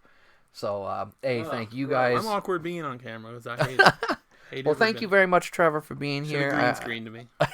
I know this is not your forte, and thank you guys in chat for being here with me, especially since Travis couldn't make it himself. I mean, he made it himself for a while, but he was not able to stay. Rated says, man, I assume that's supposed to be like Tom Clancy games, just no one wants to play with me. I assume you're talking about the Ghost Recon Breakpoint, I think is the trailer that's playing in the background. I have a really hard time with them. I really like The Division and The Division 2. I really conceptually liked Ghost Recon Wildlands, but it was a huge pain in the ass. It was better by yourself because you could tell the other guy you control when they shot for you. Yeah, you could control the squad, but some people just don't know how to take the shot when we tell them to, and it's why they don't have fancy cars. But we're not going to talk about that. He got it eventually. That is an inside joke for somebody who I don't think is ever going to watch this. That was just for me. Thanks, guys. But I highly recommend you guys check out The Outer Worlds. I believe I snuck an Outer Worlds trailer into this list somewhere, but it is on random because I thought I was going to be by myself, so I didn't want to try to gauge what I was talking about by the trailers. So right now, what is dead may never die. Crow. I'm watching you, buddy. Oh, called out. That's true. I thought you were the scholar Those here. games are better with friends, especially like The Division. Me, Smalls, Locke, and Crichton all played The Division 1 and 2 together, and it is much better. Yeah, it's way better with friends. I don't think I would have played anywhere near as much of I played either of like the one Division time games. by myself, and I was like, This is boring. This is bad because you're dead. You're This dead. is boring. You My friends aren't here. You're dead, you don't want to coordinate with people you don't know. That's another inside joke. Well, it's not an inside joke. It's Brent Morin. Go check it out. It's on Netflix. It's funny. But see, yeah, Outer Worlds, can't stress enough. Go check it out. I think the game looks really, really cool, especially if you dig weird shit like Borderlands and Fallout. I feel like it's got a weird mixture of both of those. Comes out later this year. Thankfully in October, not September. A little bit of ease on my pocketbook. Go check it out. Next up, we talked about it briefly already. They announced the Blair Witch game coming day one to Game Pass, August 30th of this year. If you're a survival horror fan, this game does look to mix some interesting elements from like Resident Evil and Outlast. Definitely go check it out, or at least the teaser trailer did. I guess the gameplay footage might have looked a little bit different, but this one is not for me for sure. I couldn't stand the first movie. The second movie I liked because everyone else hated it, I think. I didn't. I saw. I The didn't first even movie, see the third hated one. it, and didn't go to the other two because I didn't want to do that to myself. Blair Witch. I still haven't seen the third one. Blair Witch is the only movie that I was walked thinking out of the about theater and wanted to Brian. get my money back. I was thinking about Brian. And Oh yeah, Family Guy. Nothing's happening. Nothing's happening. It's over. People A lot look of people pissed. a lot of people look pissed. Yeah, so that one is releasing day one on Game Pass, August 30th. Travis, I know, is going to have a whole lot of cool things to say about it when he gets to play it. Definitely check back with us later on this year when that game comes out. He's definitely going to play it, and I'm definitely going to watch. I say these games aren't really for me. I don't like playing them personally. I have a lot of issues with tension and anxiety. I could barely do Bioshock. So I will definitely be passing on playing Blair Witch, but You might watch it like as we did with yeah, Resident Evil 7 and Until Dawn are both games that I absolutely loved watching. They were both great. Highly recommend you go check those games out. We have videos for definitely Resident Evil 7. I'm not sure if we have Until Dawn. I think we have Until Dawn up in our archives. Head on over to our YouTube channel when we're done here tonight and check it out. I'm sure they're over there. I'm interested to see it played. Not so much interested in playing it myself. The next one up, the only bullet point we have for it is just OMG, because Travis added this one to the list. They did announce they are bringing a new Microsoft Flight Simulator out, and it is coming to Xbox, I think for the first time ever. I could be wrong. They might have done one earlier on, but I'm reasonably positive it's the first time ever. I'm not a huge Sim fan in that regard. I love stuff like SimCity and The Sims. Yeah, see, like I said, Grav's going to be streaming Blair Witch. Definitely stick around. It's in several months. Don't sit at your computer until then, but make sure you come back and join us. Or do, and just keep watching. And that's true. I mean, who am I to judge? Maybe you just get your food delivered in. I don't know. Like I said, I'm super stoked to watch him play that. Hopefully we'll do it on a weekly dosage so I can be there. But if not, that's one I'll definitely be tuning in for myself. But Microsoft Flight Simulator, I can't imagine Travis not getting that. He's super, super excited about it. And in general, like I said, I'm not a huge Sim fan for this type of stuff, but the look of this game alone, just how visually arresting the trailer was, I might have to go ahead and get it. Or at least, try to play it sometime. There was the Battletoads hover bikes. Oh, yeah, the Battletoads trailer was playing in the background just a minute ago, so you could see what I was talking about. Like I said, I'm super stoked for that game. Grav says Flight Sim is why I play inverted controls. That's something I learned about him relatively early on, is that he does flying game. Any flight, he has the controls inverted. And I learned that one the hard way because we were in some situation where he passed off the controller to me, and I couldn't figure out what was going on because he had the inverted controls on. I was like, what are you doing? Why are you doing this to me? Cool. In the background, we're going to talk about this game a little bit later on from the creators of Assassin's Creed, Gods and Monsters. I don't think that one's terribly far down the list, but it's another one that looks really cool. I'm really excited for.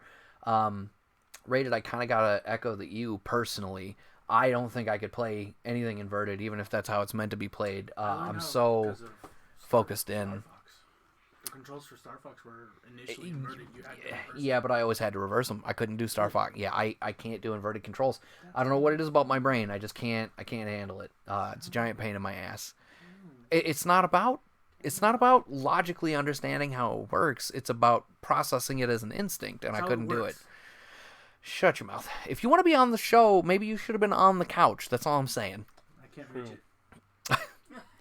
So, Flight Simulator. What say you? Not for you either, huh? Never really played them. You know what? I'm with Travis on excitement for this one. Sometimes a game just looks good, and it makes me want to play it. I did see part of the preview for it. It was during for the highlight thing, but yeah, not like game I would go out of my way for. Sure. Not a big, like you said, simulator fan. I like SimCity. I also like destroying the city afterward. I'm pretty sure you can crash the plane in Flight Simulator. You're not supposed to. I would imagine gonna crash the plane if I played. But no, it looks gorgeous. Actually, that is the same reasoning that made me almost get into Forza. The games are gorgeous, but Microsoft Flight Simulator looks absolutely stunning, and I'm actually really kind of excited to get an opportunity to play that on my nice big 75-inch TV, just to see that. Just that visual fidelity. I'm excited. I want to crash a plane. I'll just pop Top Gun in. Play Grand Theft Auto. I was just going to say GTA. Yeah. So the next one up on the list is a series I don't know a whole ton about. It's very long running. Is the Wasteland series. They announced Wasteland 3 is coming to Game Pass upon its release. This is another weird RPG that's sort of I don't want to say it's Fallout adjacent, because it's not really. It's definitely a different thing, but it is one of those post-apocalyptic kind of situations. So I'd never heard of this one. Yeah, I only even know the series exists because I've read about it in the past. And I remember there being a big hype when the rumor started that they were making a new one a year or two ago. So Wasteland 3 releasing day one on Game Pass. Surprise, surprise. Go check out the trailer. It's definitely out there, but I don't have a ton to say about that one. The next one up on the list we actually already talked quite a bit about before Travis had to hop off from us is Lego Star Wars The Skywalker Saga. That one is releasing sometime in 2020 as well. And all 9 films, Star Wars episodes 1 through 9, totally remastered, redone. Effectively, you could almost call it a whole new game based on everything that Travis had to say about it earlier. So I'm actually stoked. I really dig the Lego games. And of course, I love Star Wars, so I'm really excited for this one. Hopefully, they have a way to skip the first 3. Probably not. Not until somebody else beats them for you. Splice in the movie dialogue like they did with the newer ones. If they're following suit with the way they've done the other stuff, almost certainly they'll have the movie dialogue spliced in. I'll just have David beat the first one for me because he actually liked those movies. Yeah, the way back Lego games just were pantomimed, and I always thought that was fun. Rated says playing Forza with Dixon and Paige is funny because Dixon gonna crash. Oh man, Gutty can't drive, huh? Calling a guy out, that's messed up. But I don't think they announced a new Forza, but they did announce some DLC for it for sure, and I'm sure we'll come to that at some point. Maybe that's not on the list. I don't think we touched. Oh, it is. It's right around the corner. We'll talk about that in a minute. So next game Actually, you know what? Let's just talk about that right now, and then we'll go back to the one that was technically next in the list, because this is relevant. We were just talking about Lego Star Wars. The main thing they announced for Forza was Forza Horizon 4 Lego Speed Champions, which is totally a Lego-based expansion, which I thought was really fun. They did the trailer to Everything is Awesome from the Lego movie. I did see this one. Yeah, so they had a lot of Lego cars driving around. I thought that was pretty cool. So I didn't really notice. Are you gonna have real cars and the Lego cars together? That could be funny. That is surely what it looked like, because there was a regular real car pulled up to an intersection when all the Lego cars drove by in the trailer. And so I don't know if that's meant to indicate, that this is the direction we're going, and now it's Lego from here, or excuse me, or if it was like, bring your real car, join the Lego fun. But what was also really cool about that, as one of the cooler things about E3 in general, is they do a lot of stuff that's outside the trailers that I think is always neat. And one of the big things they did for this was they had a fully recreated car from Forza made entirely out of Legos, full-size car. So that was really cool to see. I'm sure that took a long time to put together. So if nothing else, I highly recommend you go back and check out the trailer for that, just to see. Not necessarily the trailer, I'm sorry, but the footage from the E3 Microsoft conference for that specific game, just to see that full-size Lego car. I thought that was cool as shit. You can buy one for $10 million. I don't know if you're saying that to be funny or if it's real, but I would believe that, if I'm being honest. I mean, it's not real that I know of, but if they did, I can see it being that much, because Legos ain't cheap. Yeah, no kidding. Especially not with that much work put into that thing. Alright, so jumping back to the game that was technically supposed to come before that Forza Horizon thing, we got Dying Light 2, which I think was already announced earlier this year, but they showed some more footage from it. We got a story trailer for it. They confirmed a window for release of spring 2020. If you played the first Dying Light, it looks like they took the same general formula and just really heavily expanded on that concept. So, if you're a fan of the first game, I feel like you'd be a fan of the second game. Definitely check that out. I think that looks interesting. I was a huge fan of, not Left 4 Dead, Dead Island. That's the name of the game. And those were the precursors. I mean, I want that, just not right now. Smalls offered me a cookie, and I'm not trying to eat while I'm trying to talk. I'm already getting a little bit of dry mouth here. That's why you see me keep reaching for the drink. Normally I'm bouncing off Travis and getting a word in edgewise rather than motor mouthing the whole show myself. I say stuff every now and then. No, that's not what I mean. I just mean normally Travis is the one leading the charge, and I have more time to salivate. That sounds weird. I don't like that. We're going to move on. I was a huge fan of the Dead Island games. It's their Um, so Are you I really salivating 'cause wanted she to. showed you a cookie. Yes. So I really wanted to check out Dying Light, but I never actually did get around to it. Dying Light 2 actually does look like a really solid sequel, so I'm kind of excited to see how that goes. Maybe I'll go back and grab the first one because it does look like it's a linear sequel. So, Trevor, thoughts? I never played either. I read the first one. I don't even remember what I don't know if I've seen the trailer for this one. Right on. So next up on the list, then we have more information on an already mentioned franchise. We have Gears Pop, the mobile game. I was going to ask about that earlier. It is a combination, as the name would imply, of the Gears of War franchise and the insanely popular Funko Pop franchise. So it is a mobile, I guess you could call it a strategy game, Never heard of it. where, excuse me, there it is. Speaking of mobile games, this is another one we're going to talk about a little bit later on in the list. As Ray had mentioned earlier, we were talking about Tom Clancy games. But Gears Pop is, like I said, I guess you could call it a strategy game that uses the Gears of War universe with the Funko Pop general aesthetics, the way everything looks. Goofy. And I think it looks really cool. The trailer was really fun. This is another game I'll probably check out at one point or another. What play style is it? It's hard to describe.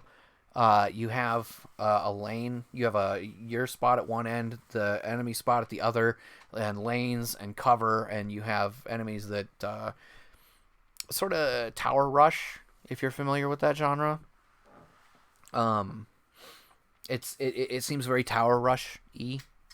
I don't know if they've confirmed microtransactions or not, but it does look like there's going to be a ridiculous amount of customization options, a whole ton of weapons and upgrades to unlock.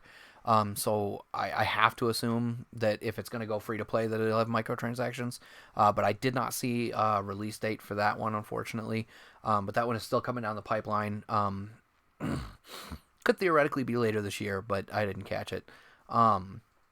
One of the things that I did actually, and I don't know why this is so far removed from the ID at Xbox Sizzle Reel, one of the games that did get shown around that point was a game called Spiritfarer, which weirdly, the whole time I'm watching the trailer, I was like, this looks like it would be perfectly at home on the Switch. Kevin, I think this is one that you really should look into. What was it called? Spiritfarer, Spiritfarer. It's definitely coming to Xbox Game Pass. I don't know if it's multi-platform. It may not be, but if it's coming to Game Pass, then it might theoretically at least be also on PC. But it looked like a fun little RPG, sort of. It's already been announced on the PS4. Oh, has it been announced on PS4? Okay, so yeah, First thing that came up multi-platform. Actually, that was the first result. Right on. I didn't see it confirmed for PS4, but I only saw the teaser at the Microsoft conference, so of course that wasn't going to include anything about it being on PlayStation. I actually thought this game looked really cute. It looks to me like kind of a weird combination of your 2D survival builders. Think like Terraria. This literally says, Spiritfarer is a cutesy death sim that plays like a cross between Stardew Valley and Animal Crossing. I was going to say Terraria and Animal Crossing. I guess maybe the Stardew Valley, because it does have a lot of crafting and stuff like that. But yeah, so it looks like, you meet people and you befriend them and they give you tasks or chores or what have you. And from what I can tell, your ultimate goal is to help these people come to, well, they're anthropomorphic animals, really, to help these guys come to peace and move on. Yeah. Hence the title Spiritfarer. You're ferrying the spirits to the other side. Like that Roman dude, no Greek. That Roman dude. The, They the had boat him guy. on both. Charon? Karen, yeah. Yeah. Kind of, yeah. Except he literally was just like, get in the boat. In the boat, bitch. You have my money, get in the boat. But so I actually was really intrigued by this. It's why it made its way onto the list at all. I have no idea why, like I said, why it's so far removed from the sizzle reel, which I'm 99% sure is where I saw it. Did you see anything about this one or the next one, Trevor? Neither one. Okay. The next one on the list is another sort of indie-looking game called RPG Time: The Legend of Wright. I really wanted to get Travis's feedback on this one because it looked super wacky. It is. I think he's still in chat. He might be. I mean, he might comment in about it. I'm not really sure. But if he does, I'm interested to hear what he thinks about this game. It looked an awful lot like think Scribblenauts in terms of like you're kind of drawing in the not with words, but you're kind of drawing in the universe around you. So it's like a hand animated comic book RPG adventure game. It looked really, really weird. I'm really excited to check this one out. Kevin's got a note about something. Spiritfarer. We're jumping back a little. Switch, Windows, Xbox One, and PS4. So everything.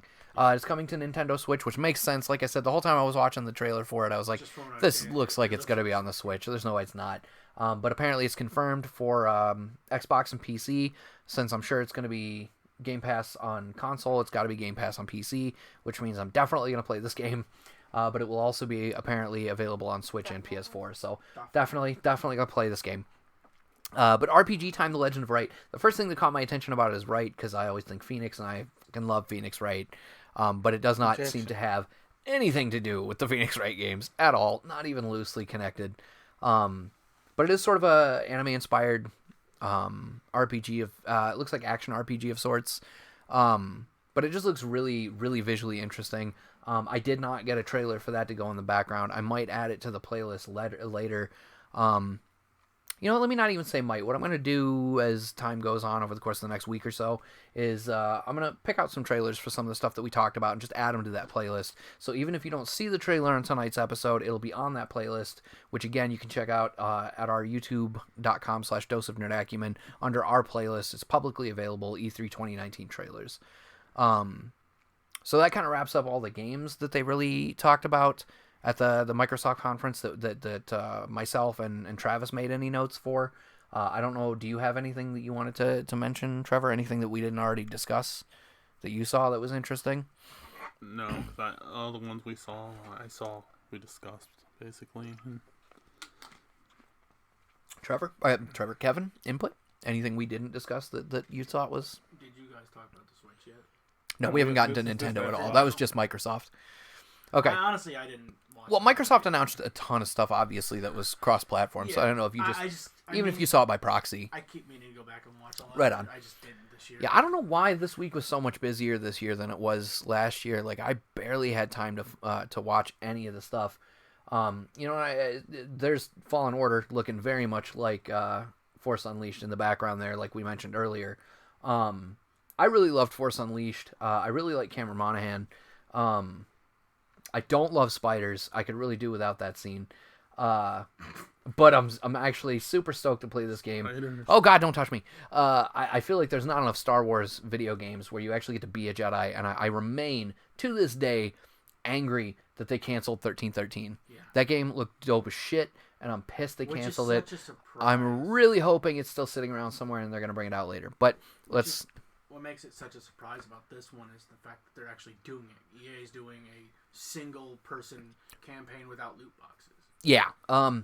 Did y'all catch during this trailer that there's real-time articulate dismemberment?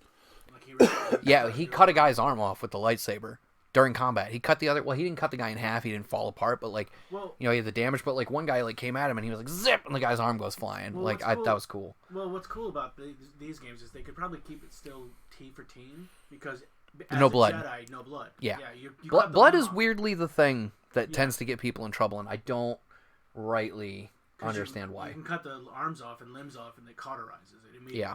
No, I know why there's not blood. I just don't understand why. Did he bleed? Yes or no? Rated M. You know what I mean? You can rip a dude in half as long as he doesn't bleed from it. Even in Mortal Kombat, you could change the blood to green. And all of a sudden, it was rated T. Yeah, it was fine. Yeah, I don't know. Ratings are weird, man. Brown on the SNES. That's true. It was. Sweat. So the last thing we're going to touch on from the Microsoft conference is actually one of the things, along with the Game Pass Ultimate. This is probably the biggest reason why I am very heavily considering switching back to Microsoft as my primary go-to console for next gen, and that is Project xCloud. If you're not familiar with this, and especially if you are familiar with PlayStation Remote Play, what Animal Crossing? Yeah. I can't even tell you how excited I am for Animal Crossing. Wait till we get to I the love this Switch, franchise. so I'm you so can- excited to talk about that Trailer later. was on, Do we but- need Yeah. to get a new couch? Oh God. We're gonna need to get a new Switch. But anyway, no, Project xCloud. This is the reason I firmly feel like Sony has a bar to step up to with whatever they're gonna do with the next gen console. The concept behind Project xCloud is that your Xbox One or Project Scarlet, I believe this will apply to the Scarlet, although they did not explicitly say so. xCloud is rolling out with this gen still from the way they're talking about it. Your Xbox One acts as your own personal free streaming server. What that means is that any game that you have installed or disc you have in the console is available for you to play on whatever platform, wherever you are. If you've got a tablet with you and you've got a strong enough internet connection, obviously, you can be at a hotel on your tablet playing whatever game you want from your existing Microsoft library. If you're on a PC, as actually has happened around my own home, my Xbox One X is hooked up to my primary TV. Sometimes Smalls is watching TV shows, and I don't want to kick her off the television, but maybe I still want to play a game. What I do right now is I just turn to, my stupidly large PC library, but let's say I want to play Jedi Fallen Order. I can load that up on my PC and play it as if it were on my Xbox, and it supports the same type of play switching that was basically announced as part of Google's Stadia I was platform. just gonna say, that sounds like Yeah, Google it's Stadia. almost exactly what Google pitched Stadia to be, except instead of it being in a browser, it will require its own separate standalone app, and it will require your buy into the Microsoft ecosystem. But I'm fine with that. There are games that come out exclusively on console that don't come to PC, or if they do come to PC, they're not always as good. I'm looking at you, Batman Arkham Knight, which was a fiasco. If you're not familiar, Google that. Holy shit, Arkham Knight's PC release they refunded people weeks after the fact. It was bad. It took them Meanwhile, a year to fix it. yeah, meanwhile, my PlayStation 4, nice. Congrats. Meanwhile, my PlayStation 4 version worked perfectly fine. Never had a problem with it. Go figure. And so that's my point. Sony has been toying around with a similar prospect. Wow, Rated, I'm going to need you to calm Shut down, your whole buddy. mouth, Rated. Rated coming out hard. But this is truly a place where Sony falters. They played around with the concept with Remote Play, which was initially from PlayStation 3 to PSP, but the PSP was a hot pile of garbage that nobody owned, so Remote Play went absolutely nowhere. With the PlayStation 4, You owned it. I do own it, but with the Because of PlayStation course you did. 4, they iterated on the concept and made it available from PlayStation 4 to PSP, and it was PlayStation Vita, excuse me, and it was actually significantly better on the Vita and the PS4 than it was on the PS3 and the PSP. But of course it was. If it wasn't, what are you doing with your life? But that being said, it was still not great, and the only way to have it work any kind of well was to be on the same network as the system. I could sort of play Assassin's Creed from my bedroom on my Vita, as opposed to playing it on my PlayStation 4 in the living room. But it would still suffer from lag spikes. The controls are awkward because you only have L and R shoulder buttons, and L2, R2, L3, and R3 were all on the touchpad on the back of the Vita. If you've never held a Vita, holy crap, the thing was awkward as shit. It was stupid powerful. It had a lot of really cool features, but I ultimately wound up shelving it in favor of my DS because it just wasn't anywhere near as good. It was a giant pain in the ass to play things on. And Get 'em, so, Nick. ooh, uh-oh. What happened? Rated said PS4 sucks, and the Coven came out and forced to question his sanity, it looks like. Rated, what's wrong with you? It suck horse eggplant cherry. I wonder what he's trying to say. But both Bones said hang him, and Next said, you would know, wouldn't you? Rated. I'm gonna let y'all hash that out in the chat. I'm gonna move on from that. But Don't make xCloud. me do it. Oh. Don't make me do it. Rated. Keep talking. Ooh, you can't see what he's holding up because he's too far away from the camera. But camera's over there, buddy. I'm gonna you vacate that bell. You can't read it, but he's You have enough to Trevor's ready to vacate on somebody here. But so the point is, xCloud, man, this could be the absolute future of console gaming. If it works well, and it may not. Conceptually, remote play sounded fantastic, and then it was hot garbage. So, whether or not xCloud will deliver on its promises remains to be seen. But it is one of the biggest reasons I'm ready to switch if it works. Honestly, I'm ready to change if it works. Honestly, because holy crap, man, that's a major innovation. But do you guys have any parting thoughts on Microsoft's press conference, xCloud specifically? Anything else before we move on to the next stuff? Willing to give my Xbox a chance. I don't hate Xbox. So we discussed it yesterday. Where is Desi? Rated? Text him. We discussed it yesterday. Neck, what do you got while Kevin's talking? I'm not saying no. I just want to see what is coming from Sony. Because, It's getting hostile here, man. frankly, if Sony announces some like major launch titles, I'm gonna have to give it to them. Like if they launch with one of their exclusives that I care about, like, I wouldn't count on it. I'm not saying they will. I'm just saying if they do, that's it for me. Like even if they announce that, hey, the system's coming out here, but 2 months later, X is coming out. Sure. That's enough for me to go, Yeah. I gotta do it. No, I get that, but like, Because, The- we talked about it. I'm waiting for God of War. I'm waiting for Spider-Man. they have not even actually announced that they're working on either of those sequels, though. Yeah, but there's a lot of, like, job... They are. Let's be real. They There's- are. They're there's a making lot of sequels. job But listings for them, and sure. I think I can't- I think they're playing it close to the vest to make a big reveal moment, Sure. but most of the framework for those games is already in place, unless they go to a wildly different area. Sure. That's actually an interesting place to segue.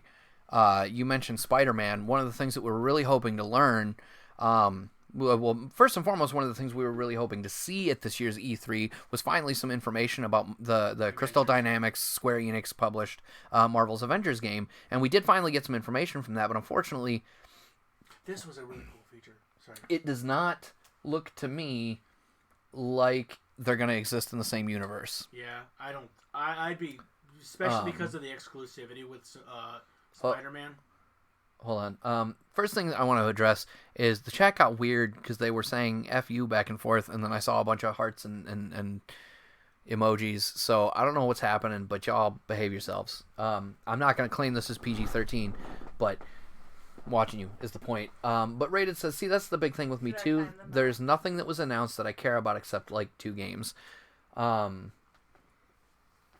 No, Rated is not here with me right now. Rated lives in California. Yeah, California? Yeah. I think it's California. Bones- hell of a drive to come. Yeah, hell of a commute for this. a Friday night show. Bones said, so if Sony comes along with at least one big game, I'm staying with Sony. That's what I'm saying. Bones, I can't disagree with you in theory, but I'm telling you, it's gonna take. Okay, you know what? This isn't a fair conversation for me to have with people because I know me, and for those of you who don't know me, He's everybody getting them cracks both. a joke about, oh, Rob buys everything. I buy everything. I'm gonna get both. not a joke. This is not a question. This is 100% Sometimes factual. several of everything. If there's enough collector's editions of the consoles, I'll do it. I do legitimately own 3 different PlayStation 4s. I bought one day one. I've got the regular launch model. I bought the Batman Arkham Knight Collector's Edition bundle, which wasn't even a slim. It was still the original console. It was just silver with Batman on it, because I am a consumer whore. And then I bought the God of War Pro because I wanted a Pro, and it was was Game God of of the War. Year. Let's not even talk about the Xbox 360. I think I still actively own 5, if not 6, Xbox 360s right now. possibly the pride and joy of my whole collection is in the Xbox 360 family, and that is my Star Wars Edition R2D2 Xbox. That thing is dope as shit, and I will never be mad I spent money on it. I don't hate Xbox, like I said. I just say it to get into under Get a rise out of gravity. Yeah.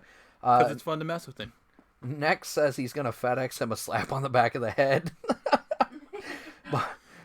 Bones says big money over here. It's not that, man. It's that, like, I budget my extracurricular income and my credit that way. Seriously, around the time the consoles come out, I don't go see movies. I don't go out to eat very often, because all of my extra income is focused on paying off. He never goes having to the bar those consoles. Because he hates people. That's true. I'm not a very social person. I don't go to the bar. It saves me an awful lot of money there. You could have Bars suck anyway. Grav is actually with me on this one. We give each other a lot of shit. But he's the same way that I am. There's too many good games out there to play on, too many different platforms to really shoehorn yourself into just one or the other. Love all games. Unless you broke.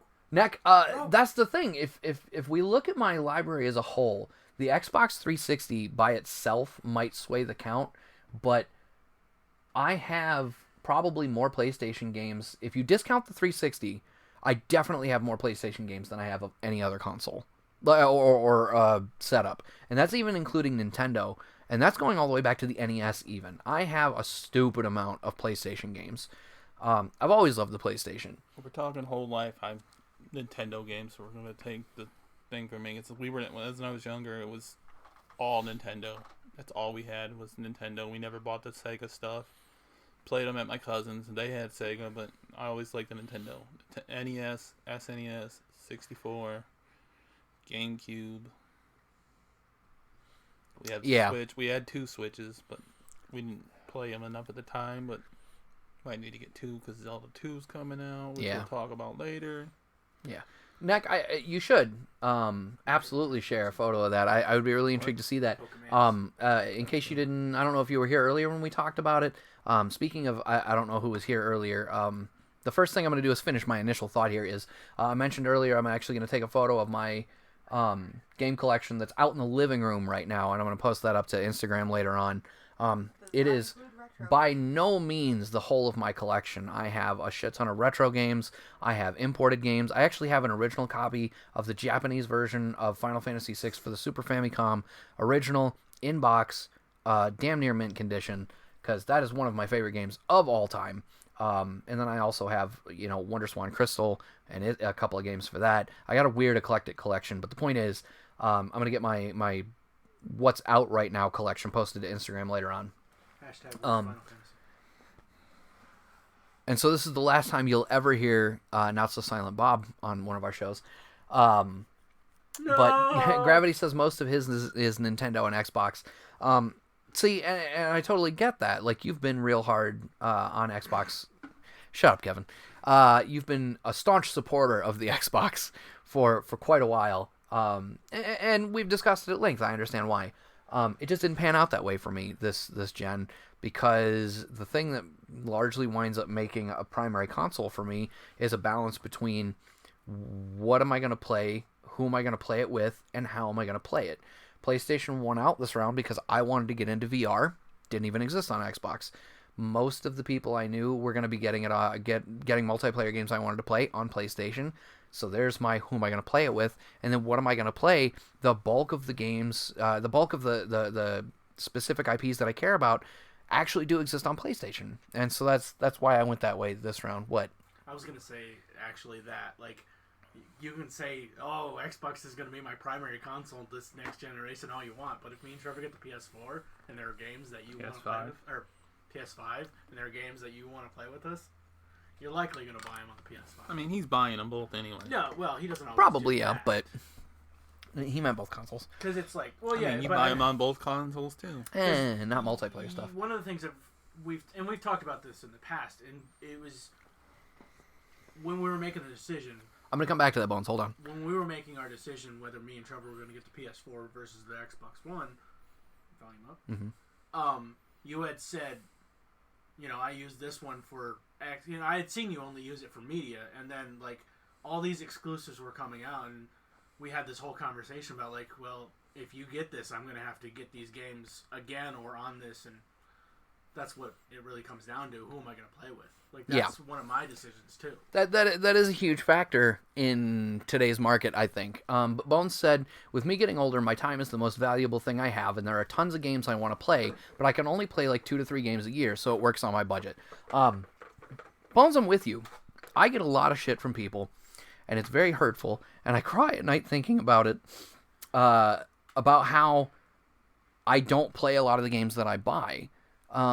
Never played Red Dead. I still haven't played Red Dead 2. I bought edition. the Ultimate Edition the day one, and I never touched it once.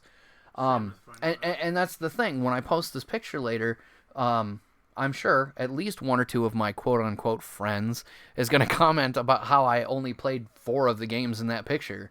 And you know, 4? kidding aside, That's it's a little actually high. I've actually played most of the games that are on that shelf right now. For a relatively significant amount of time. But that's really the same way with me nowadays, you know, with kids and full-time work. And, you know, again, do I want to play stuff with people? If I'm going to play a multiplayer game, I'm already investing a ton of time into that. And so, of course, that's where my focus is going to be, is on that one game for that time. When Anthem first came out, that's all I did was play Anthem with people for any game time that I had for, a month straight? You know, and so that's what it is.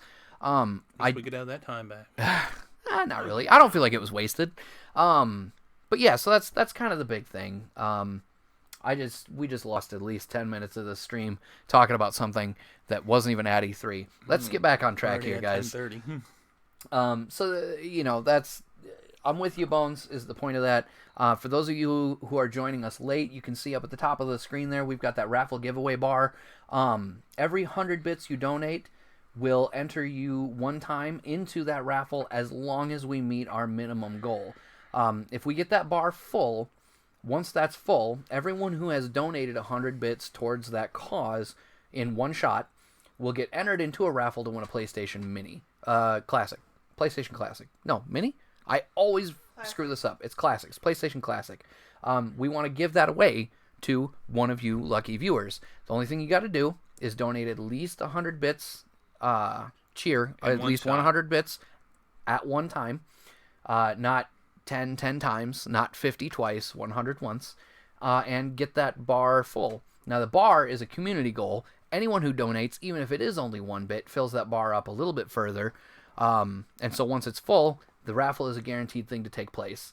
And then those 100 bits, every 100 bits is another entry in the raffle. So if you got some spare bits laying around, now's the time to kick them at us if you feel like it. We'd really appreciate it. So let's go ahead and move on. We started to segue. We talked about Spider-Man being one of the reasons to stick with PlayStation 4. And a big part of that was we were segueing into they did show more and finally fully announce Square Enix's Marvel's The Avengers. Crystal Dynamics. Yeah, I'm going to come back to it. Crystal Dynamics is the developer, Square Enix is the publisher, and they did announce the actual release date of March 3rd, 2020. So that's still a little bit of a ways away. But okay, so Travis added a note that I didn't see until just now. Its trailer showed Cap being dead. Yeah. It sure looks that way. It's a Marvel. Yeah, I'm really interested to see how this game's going to play out in general. The reason Spider-Man was brought up was we were all kind of hoping that it would exist in a shared universe with Sony's Spider-Man, but being that the Avengers game is going to be multi-platform and the direction they're taking with the events in the game, it doesn't really look like they're going to tie together at all. That does not necessarily discount the potential appearance of Spider-Man in the game, but it definitely does not look like it's going to be related in any way, shape, or form. But what they did show was some gameplay footage, and they announced it is effectively a live service multiplayer game. So again, think along the lines of stuff like Anthem. It'll be interesting to see how that goes, especially if you play one of the 4 Avengers. You're just gonna have a whole bunch of like. Yeah, so that's my question is it gonna be a situation where God, I can't think of the game where DC somebody Universe. where somebody picking a hero locks you out of the other heroes. Kind of like Golden Axe. Sure, I guess Golden Axe was like that. I don't remember. I think so. But the point is, is it going to be a situation where if I pick Iron Man, am I the only Iron Man? Can we all be Iron Man? Can you even be Iron Man? Because I didn't get a chance to see the actual Iron gameplay Mans? footage. I don't think So there I was- don't know if you can. No, there was a gameplay. there gameplay? There was a gameplay. It wasn't in the initial trailer, but there was gameplay shown at E3. Yeah, that was the only one I saw. Was the reveal trailer. That was the only one that I saw. Again, time constraints, just like Bones said. As I get older, my time becomes much more limited, and unfortunately, that's just the way that went. I didn't really have a chance to watch everything as much as I would have liked. But so that being said, they did announce Marvel's Avengers, like I said, March 3rd, 2020. I'm really excited to see more about this game. The internet apparently doesn't agree with me, though. The consensus has been absolutely shitting on it. Because apparently everybody looked generic and they didn't really like the voices and something. I don't know. I just calm down. Everybody flipped out about the movies. Class-based shooter like Apex. Yeah, so that's what I'm wondering, Bones. Is it going to wind up being like that? And as Kevin not speculated but suggested as an answer to what I was asking is it going to wind up being like DC Universe Online, where you have your own hero, but the real heroes, exist in the wider universe? I don't know. I don't know yet. We'll have to see. But I'm excited to check it out. Crystal Dynamics was responsible for the Tomb Raider reboot, which has been absolutely phenomenal. Square Enix has an incredibly long pedigree of putting out really, really good, really in-depth games. So these two guys combined, I'm super excited. I can't wait to check this game out myself. Now the thing we did skip because I wanted to follow the segue that got lost in the shuffle there. They did also announce the the next DLC for Kingdom Hearts 3 Remind. They did not announce a specific date for it, but that is slated for the end of this year, confirmed by the end of 2019. What are you pointing at? The only thing I can find about actual gameplay is an article 10 hours ago that says the first footage leaks online. Maybe that's what I saw when I was looking up trailers and stuff earlier. When I looked for one for Avengers, it showed a link for a thing. It doesn't matter. So they had they could play the game at E3, I guess. So that's the thing. They do show someone playing Thor. Sure. Okay. Well, I guess that answers that then. Whoever was playing the game at the event was playing as Thor. So I guess you're gonna play one of the heroes, which brings me back to Bones' suggestion is going to wind up being like that. Or like Borderlands, where you keep your stats for a said character but can join other games with friends. Yeah, I don't know. I'm just really interested to see it in general. Obviously, I'm a huge Marvel nerd. If you guys want to see how big of a Marvel nerd, you can catch myself, Gravity, and Not So Silent Bob, Kevin, did a big ol' almost 3-hour spoiler cast for Avengers Endgame, recapping the Marvel Cinematic Universe as a whole with Caleb, the host of our Dose of Nerd Audio podcast. That is available in our Twitch archive, on our YouTube page, and wherever podcasts are available. So check that out as well. Moving right along, though, like I said, they did the Kingdom Hearts 3 DLC. No specific date, end of this year for sure, though. But one of the other major announcements that centers around March 3rd of next year, not just Marvel's Avengers, but the first episode, if you will, of the Final Fantasy VII Remake. I'm ready to eat my words at this point. I said when they announced this, especially when they went on to confirm that it was going to be episodic, that I could not give a wet pile of cat crap about it. I never liked Final Fantasy VII in the first place, and just because they made it pretty didn't mean they were going to make it good. But watching all of the trailers and stuff that they showed at E3 this year for the game, I am super hyped now. I'm still not a big fan of the episodic release structure, but what are you going to do? I'm seriously, I'm ready to finally be wrong about Final Fantasy VII. You've always been wrong. You're ready to be heard again. I guess. No, I mean, I'm not going to delve too deep into it. Here's the bottom line. Final Fantasy VI, as I mentioned earlier, possibly one of my favorite games of all time, was the last Final Fantasy game to come out on a Nintendo system for a long time. First game to come out on a Sony system, Final Fantasy VII. I hated the blocky graphics. I didn't like the story structure by comparison to 6. I didn't like the overworld movement. I think what it boils down to is I hate change. And I just couldn't connect to Cloud. I still to this day think he's kind of a douchebag. You should check your Wi-Fi settings. But so that's the bottom line. I was never a big fan of it for a lot of I was young and possibly wrong.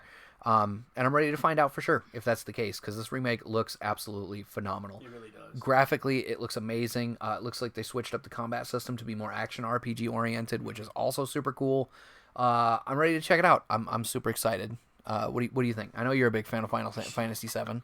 I'll be getting it. That's it. Just I'm getting it. Yeah. Enough said, right? He said that. It was he said awesome. that when it was first announced. Yeah. Bones said it seems like it is just another time sink for something that isn't worth it. Are you talking about Final Fantasy VII?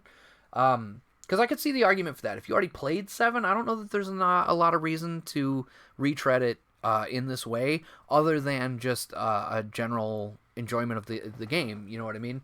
But for people like me who slept on it when it came out originally, I think this might be a good way for me to go back in time, if you will. I've always loved Sephiroth conceptually. I like his music. I like everything about the character, but yeah, I never really bonded with the game otherwise, so I really skipped it. And so this is kind of my opportunity to find out what I missed. You know what I mean? But I could see, especially as you said earlier, your time is much more valuable and limited than it used to be. So I totally get where you're coming from, man.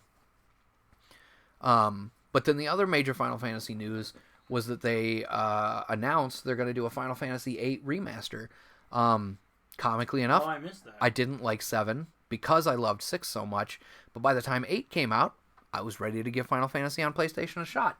And I actually am in the minority, I'm aware. I really, really enjoyed Final Fantasy VIII a lot. And so, gun swords, yeah. And so the fact that they're going to remaster it is actually really exciting for me. I didn't hate it. I mean, I played it for a long time. I'll tell you, of the two, I'm more excited to dump time into 7 because I missed it already. But I'm ready to revisit 8. I really loved 8. So I'm excited to check that out. I never finished 8 because there was a part where like you were in a mountain pass. Yeah. And if you weren't leveled up enough, Oh, you were screwed. Saved, Yeah. and I got stuck. And You I were wasn't- boned. I just didn't start over. I was like, Guess I'm done with this game. In further Final Fantasy related news, another franchise that gets a lot of crap that I'm actually stupid excited for. They're bringing back Final Fantasy Crystal Chronicles. Oh, really? Yeah. On the I- Switch? I don't know. I don't see the platforms listed here, but I assume so. If you want to double check that for me, I'd appreciate it. Crystal Chronicles. But right now it is slated for a winter release. Unfortunately, this is one of the games that I didn't get a chance to check out the trailer for. So thank you, Travis, for adding that note to the list here. I did not see that myself. Yeah, I didn't even hear about it. 'Cause I Yeah, like- I'm super stoked. Loved Final Fantasy Crystal Chronicles. Especially if they do it on the Switch. That could be a really, really cool way to expand that same concept that they did with the original one with the Game Boy Advance screens. Final Fantasy Crystal Chronicles is back, more beautiful than ever on Nintendo Switch, PlayStation 4, iOS, and Android. Wow. So not on Xbox Not on Xbox. or PC. PlayStation 4, Switch, iOS, and Android. Interesting.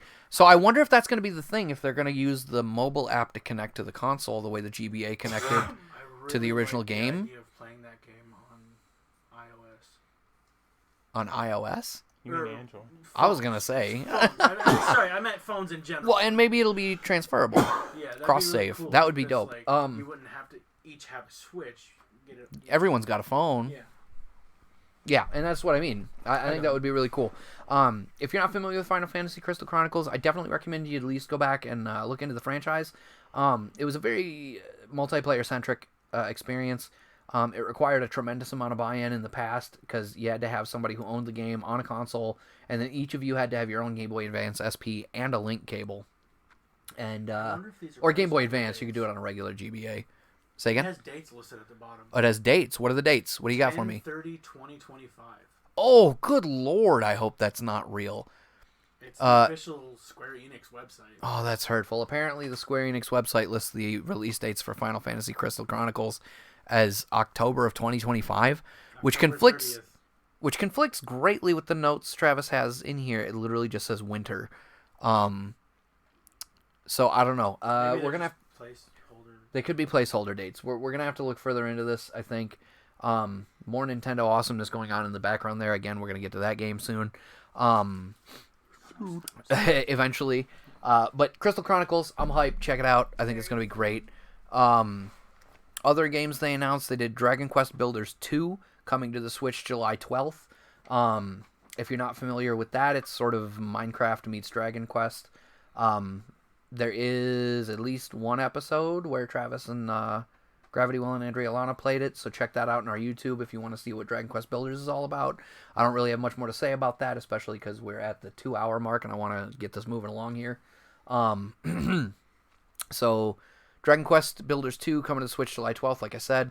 Also coming to the Switch, Dragon Quest 11S, Echoes of an Elusive Age Definitive Edition. As far as I can tell, that's just a re-release of an existing game. Gonna keep watching, but hop on Friday the 13th for PS4. Gravity, I'm absolutely not surprised you're getting Dragon Quest Builders 2. I wholly expected that to be your answer. Neck, thanks for keeping us on in the background, I guess. Have fun and don't die. Or kill lots of people. Yeah, do all the murder, I guess.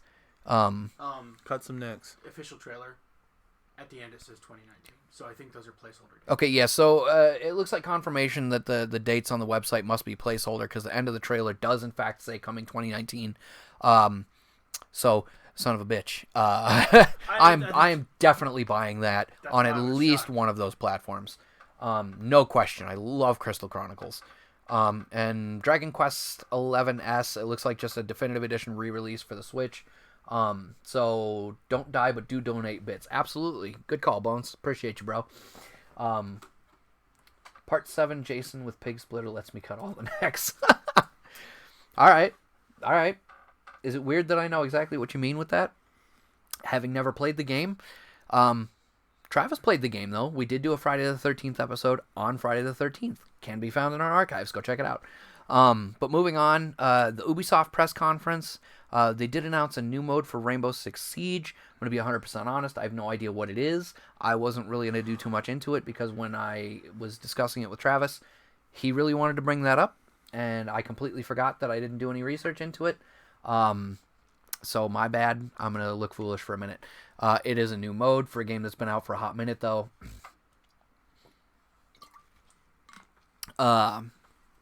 So, if you're still playing Rainbow Six Siege, congrats, you got some new stuff to do. They did announce a new Ghost Recon. Rated is not allowed to win, says Crow. I'm trying not to get distracted. Y'all keep saying interesting stuff to me next. Sorry. Ghost Recon Breakpoint officially announced. Like we said earlier, Ghost Recon games are pretty cool. I'm kind of interested to see where this one goes. It looks like... from the trailer, it looks like a kind of a expansion on the Wildlands thing. I could be wrong. Maybe they're all like that shit. I don't know. Wildlands is the only one I ever played.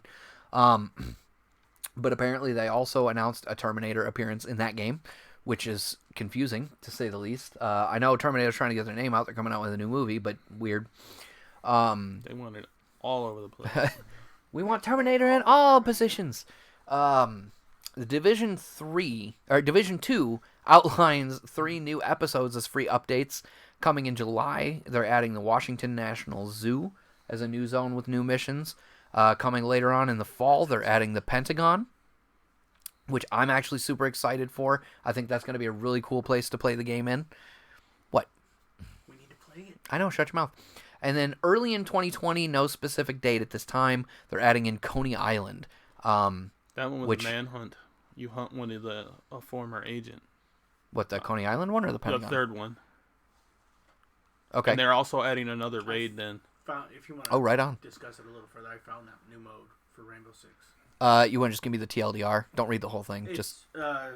What is it? Basically, it's a cloudy night during a power outage, making all the inside of every building inside is completely pitch black. Okay. And to combat this, players are now equipped with toggable flashlights on their guns and chest. Okay, so that sounds a lot like that one mode in GTA 5 multiplayer. Yeah. Next says Terminator and Spawn coming first. Big MK11 DLC. Joker coming in the second. Okay. Yeah, I knew Spawn was coming. I don't think I knew Terminator was, and I heard a rumor about the Joker. The Joker to Mortal Kombat 11. Oh no. Yeah, no, he's talking about Mortal Kombat 11. So that's pretty cool. That should be some interesting stuff. But again, Terminator everywhere. Plug it. Go see the new movie. I thought he was talking about that game where you can play. Friday the 13th? No, the one where it's Dead by Daylight. Dead by Daylight. Got it. I was like, can you see the Joker as one of the monsters in that? Is Ash coming in Mortal Kombat 11 or is it just voice stuff? And then Gravity says so much Terminator hype and games for the new film. Yeah, like I said, go see the movie. Go see the movie. That's really the message they're trying to get across. Who cares about having it in the game? They just want you to see the movie. Ash Williams will be available in Dead by Daylight starting April 2nd. Apparently, Ash Williams will be in Dead by Daylight starting April 2nd. I don't know about Mortal Kombat 11. I haven't heard anything about that. Does that mean he's already in it?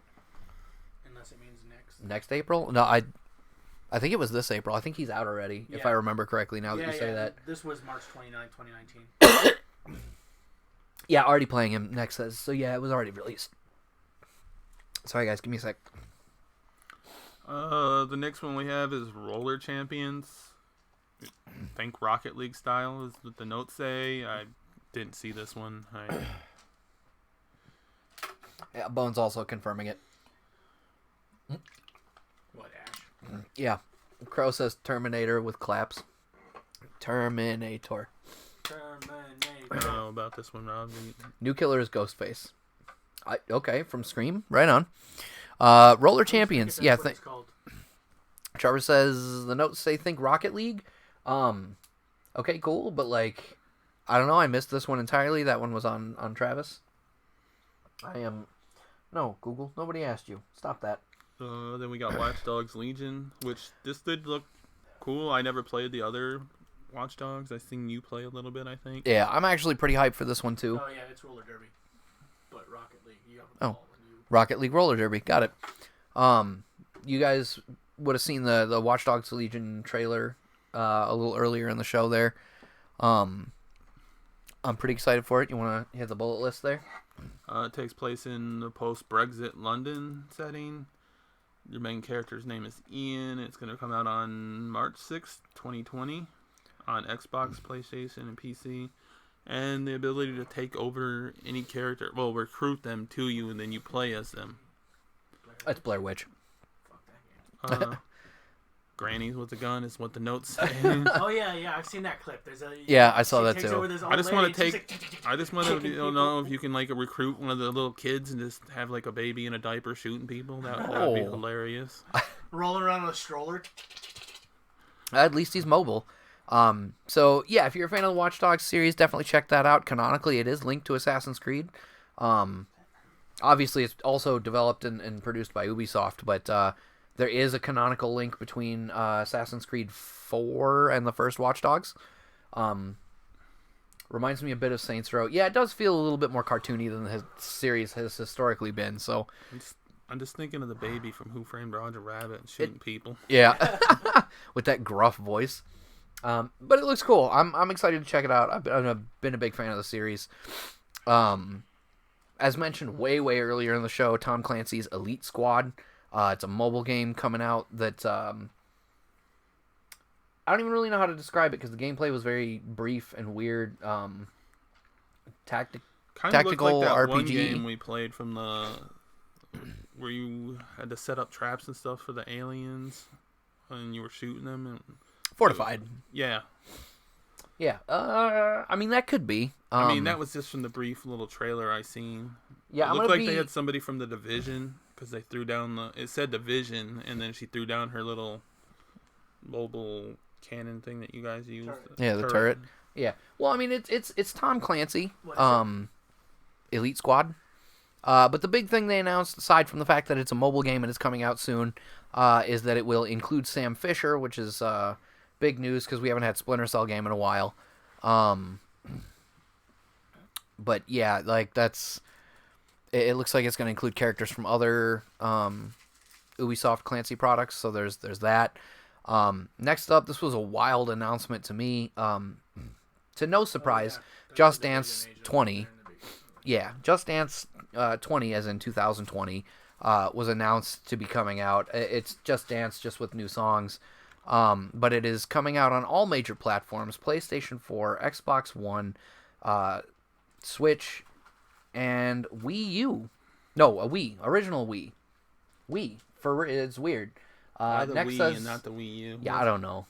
Next says New American McGee, Alice Asylum is coming. Of course, the crazy masked metal patient would mention this. That's a good point. But that's also exciting. American McGee's Alex is a pretty dope series, so that's cool. I did not see that get announced. You get a special character if you have it purchased at If you purchase Elite Squad at launch, before launch, you get Walker from Ghost Recon Breakpoint, it looks like, as a bonus character. So, if you're at all interested, make sure you get on that one soon. Get that extra character. It looks like it's going to be cool. Also, Silent Bob has volunteered to be in the Just Dance 20. There you go. Yeah. Further announcements from Ubisoft. It looks like Uplay Plus is a subscription service coming for PC. It's gonna be $15 a month. That's gonna be just like it looks like it's just gonna be. It looks like it's going to be just like Origin Access or Xbox Game Pass PC. $15 a month, you get access to the Ubisoft games library. I heard they're working to get some other third-party stuff in their library as well. We'll see how that works out. For existing game Brawlhalla, they added characters from the TV series Adventure Time. Really? Never Stop Dancing or else. Step off, you only need Vampire the Masquerade Bloodlines 2. That also got announced, Is didn't it? Brawlhalla Smash Brothers for Xbox then? That's what it looked like, kind of? It's on PC as well, which is actually where I own it, because I got a free code for it in Loot Crate, I want to say. Yeah, Brawlhalla at you boys. But they added Adventure Time characters. I haven't played it, but it looks like, Trevor's saying it looks like Smash Brothers for Xbox, so I might check it out. And then, of course, as we mentioned earlier, we got Gods and Monsters from the makers of Assassin's Creed Odyssey. Looks to be very much Legend of Zelda, Assassin's Creed, Greek mythology. We know nothing about it. There's no gameplay. That's all. Yeah, all I know is what I saw from the trailer, Looks like along with a release date of February 25th, 2020. It does look much more cartoony. Yeah. So check that one out. Coming February next year. I think it looks really cool. Yeah, based on the trailer, I think you play a demigod. Yeah. That's like when the gods have a problem. When the gods have a problem, they come to you. That was one of the lines from the trailer, so that would lend to that. Bethesda's. We didn't take a whole lot of notes from this one. Down here. Yeah, I mean comparatively. Your major announcements: Elder Scrolls Blades is coming to Switch this fall. Will carry over your progression from mobile to Switch and vice versa. So if you're already on mobile, you pick right up where you left off when you switch over to the Switch version. If you're not familiar with Elder Scrolls Blades, this was kind of a very watered-down Elder Scrolls action RPG. On the mobile, it relies on a lot of swipe controls from what I saw. So now it's Elder Scrolls Switchblades? Yes. What the joke that they was made. actually the joke they made on I've seen stage. it. Elder Scrolls Switchblades. Crow says the Avengers do look generic as fuck. It's hard to take a face away when you've had the faces for years. Makes such a mark. Yeah, it would have been so much more expensive. Well, so here's my problem. I'm with you, and that makes sense, and I get that, but they don't want this to be an extension of the MCU. So on top of Blades was kind of not great. I never checked it out. I didn't really have any interest in it.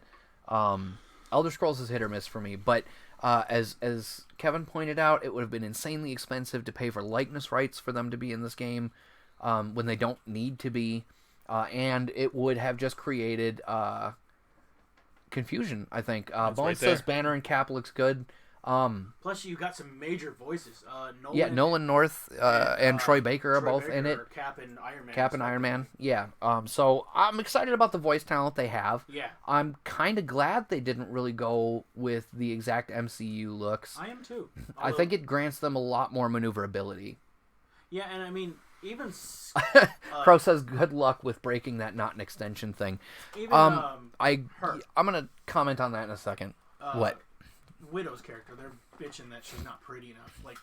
Okay, well, see, that's bullshit, and people need to be slapped for saying that. She also kind of looks Slavic. She looks Russian in that, and that's her heritage. She should.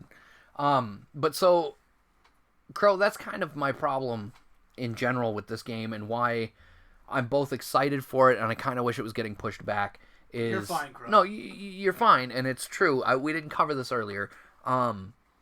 It's hard not to consider it an extension. We're hot on the heels still of Endgame. And granted, this game doesn't come out until next year, so we've got more time to build that separation.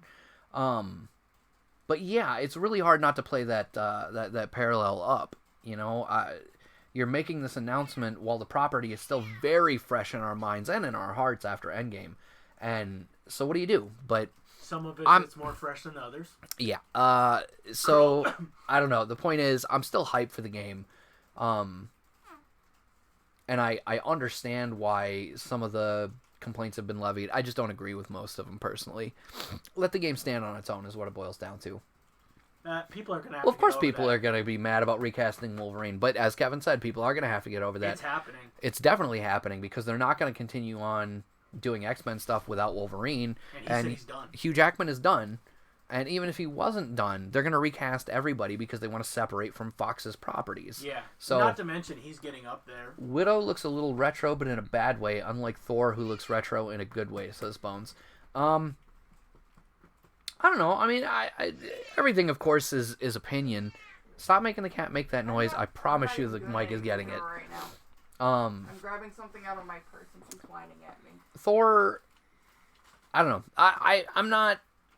I don't really have a strong opinion one way or the other over the character. I just think people need to calm the fuck down. Also, sure. But anyway, let's move back to what we were talking about. So, with Bethesda, they're bringing Elder Scrolls Switchblades out this fall, so that's fun. Rage 2 is getting an expansion. If you want some insane, bizarre violence and blowing shit up, definitely check that out. I slept on Rage 2. I bought the first game. I never really played it, so I didn't even bother to get... Excuse me, I didn't even bother to play the second one. It looks like a tremendous amount of fun. It looks very well put together.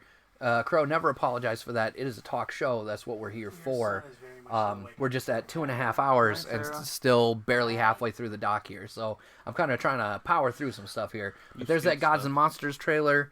Again, I'm hyped for that game. It looks cool. Definitely check that out. Blades and Rage 2, I said. Doom Eternal got its official release date of November 22nd. They actually had it playable on the floor. And it is... what did they used it specifically as an example for something during the Microsoft conference. Streaming, I think. The xCloud. Yeah, they used it as an example of how xCloud is going to work. A lady was playing it on her phone, clipped to an Xbox controller, to show you how xCloud is going to work with your ability to play your console games on other platforms. So, again, reasons why I am super hype for xCloud. Doom Eternal, absolutely sold me on the prospect right then and there. Again, same general concept as Stadia, except not limited to specifically Pixel phones. But so, Doom Eternal, November 22nd. If you liked the most recently released Doom, you should be hyped for Eternal. It looks sweet as shit. It looks like it took everything in the previous game and just amped it up. It looks really cool. Got Fallout 76 next. Is getting in a big update, apparently. They're going to put NPCs in. They apologize for the way it came out. Nuclear Winter adds Battle Royale to the Appalachia is what it's called. Yeah, Appalachia, according to the trailer. That in and of itself is a huge thing for a company to just go, yeah, we know it sucked. Our bad. Let's fix it. Yeah, I never played it. I haven't played any of the Fallout games. I heard they're good. I was really hype on 76 when they announced it, and then I was really disappointed with the way that it launched. And this was actually a big moment for Bethesda.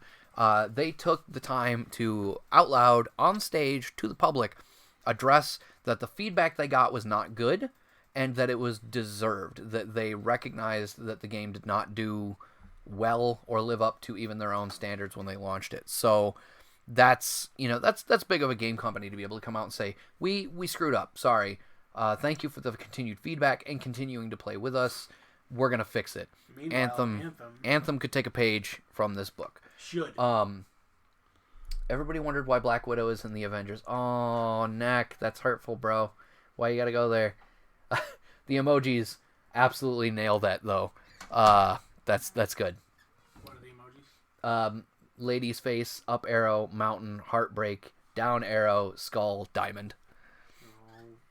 Nailed it. Good job, buddy. Bones says it might be a little too late for 76 unless they make it free to play. They are making it free to play for a week or so, at least. Right now, actually, Yeah, it is right now. free to play until the 17th.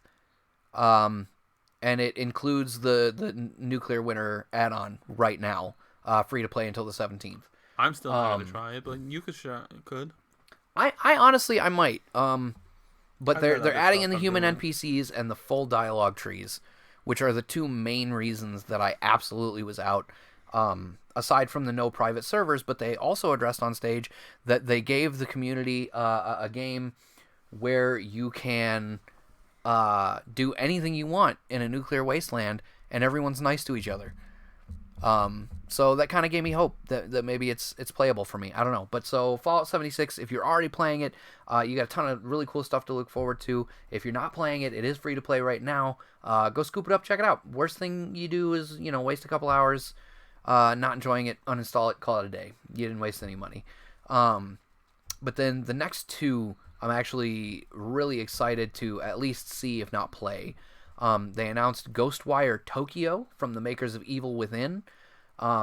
Basically, people are straight up disappearing in Japan, and it is up to you to figure out why and whether or not people disappearing or dying is supernatural or regular natural.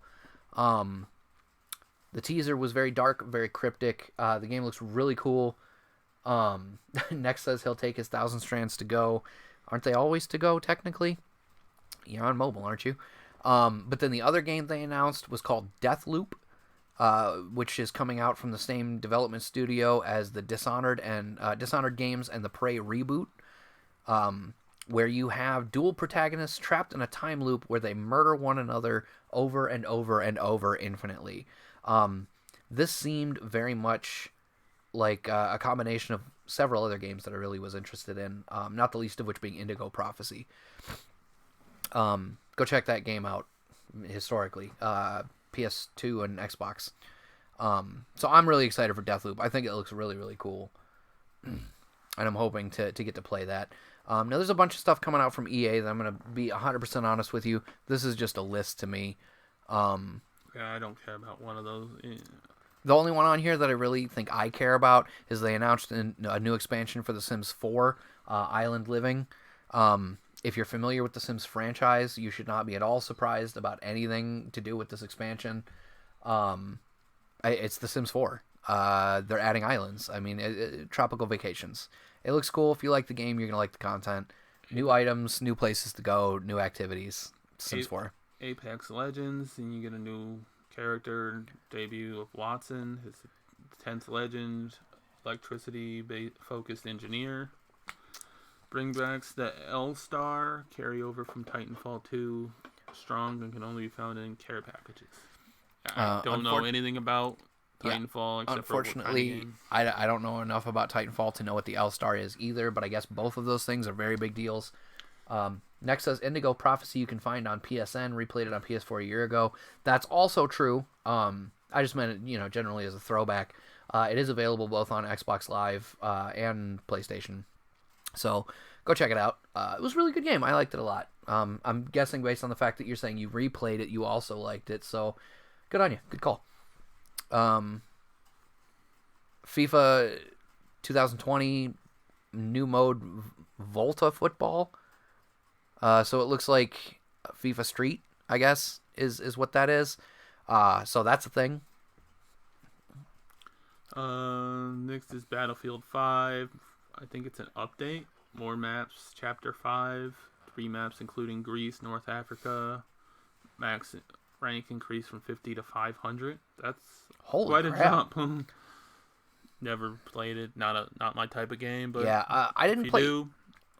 There you go. Yeah. 450 more ranks to get. Yeah, I didn't play 5, but I played 1. I really, really enjoyed Battlefield 1.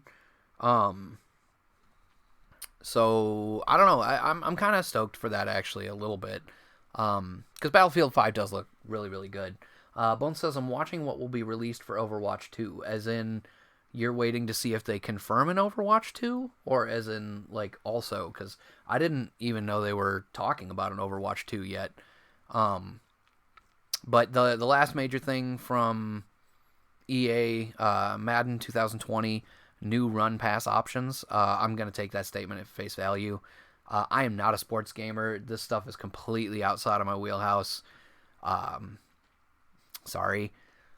EA in general, not really my forte these days. They confirmed Overwatch 2. Really? I missed that entirely. Kev, you want to help a guy out here? No, I know, but... And now... Nintendo. The thing Travis has been waiting for. Not his baby. Nintendo. Holy shit, Nintendo. I'll let you take the first one because... Yeah. As always, it is a PvE, and that is all we know. Right on. Okay. I'm going to be honest with you. That excites me a lot. I enjoyed Overwatch a lot, but I always felt like I would have enjoyed it more with PvE, and the PvE events always really kind of set that tone for me. There's that elite squad we were talking about earlier in the background right there, if you want to know what we were talking about earlier. I'm probably never going to play this game, but that is what it is. So, this Kotaku post says, and it's from earlier. Yeah. Blizzard didn't specifically refer to an Overwatch sequel, but the need for a statement in itself could mean a number of things.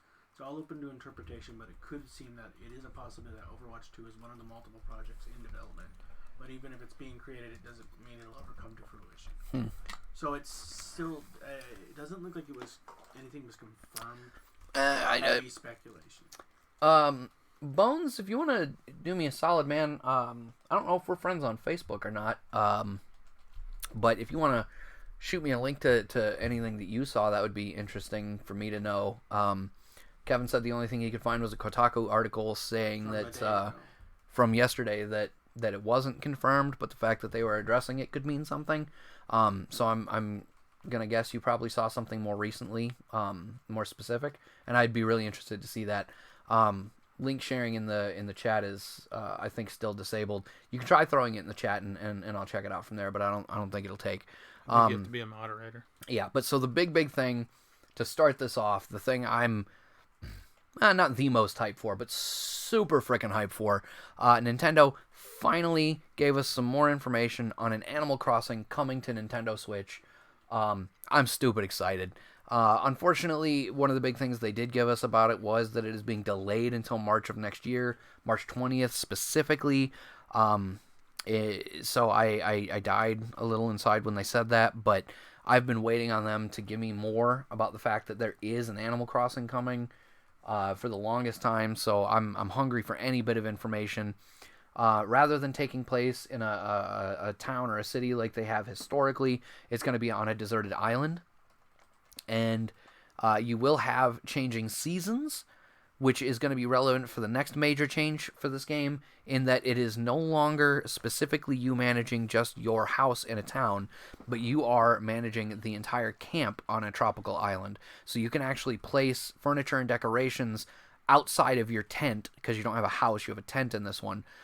You can place the decorations and furniture outside as well as inside, so you can have a nice fancy patio outside of your tent on this tropical island.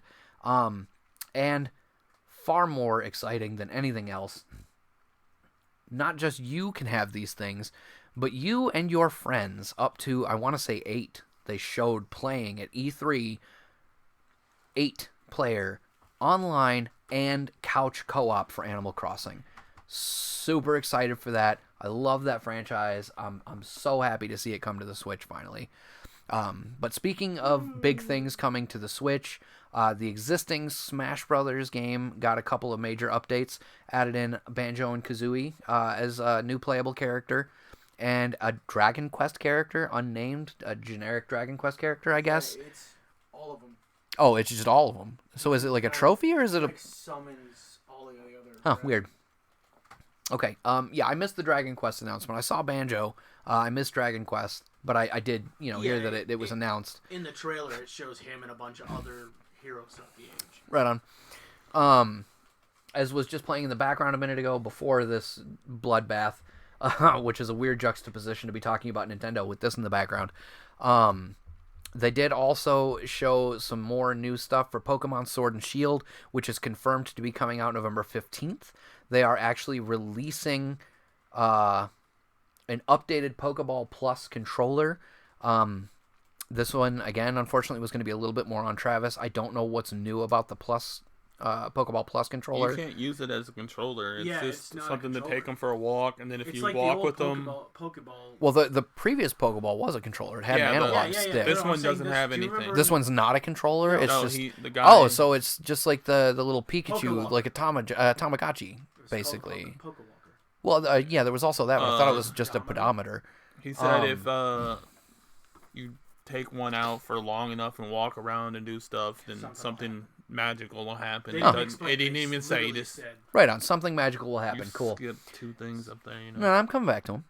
I skipped him on purpose. Okay, I was gonna say. Calm down, Trevor. I'm just making sure. No, I just wasn't even going to talk about that top one at all. Damn, bitch, Let it be a bitch. surprise. But so yeah, they confirmed November 15th. I guess the new Pokeball Plus is not a controller, I guess. And then it says please let us use Pro Controller, 3 exclamation points. So I'm gonna assume that means they still did not confirm that you'll be able to use the Pro Controller, just a regular old controller instead of the Joy-Cons. But that is what it is. Excited for this one. The next one on the list. No, Pokemon. Oh, the Pokemon. Yeah, I don't know that I am. I think the stage of my life where I cared about a Pokemon RPG has come and gone.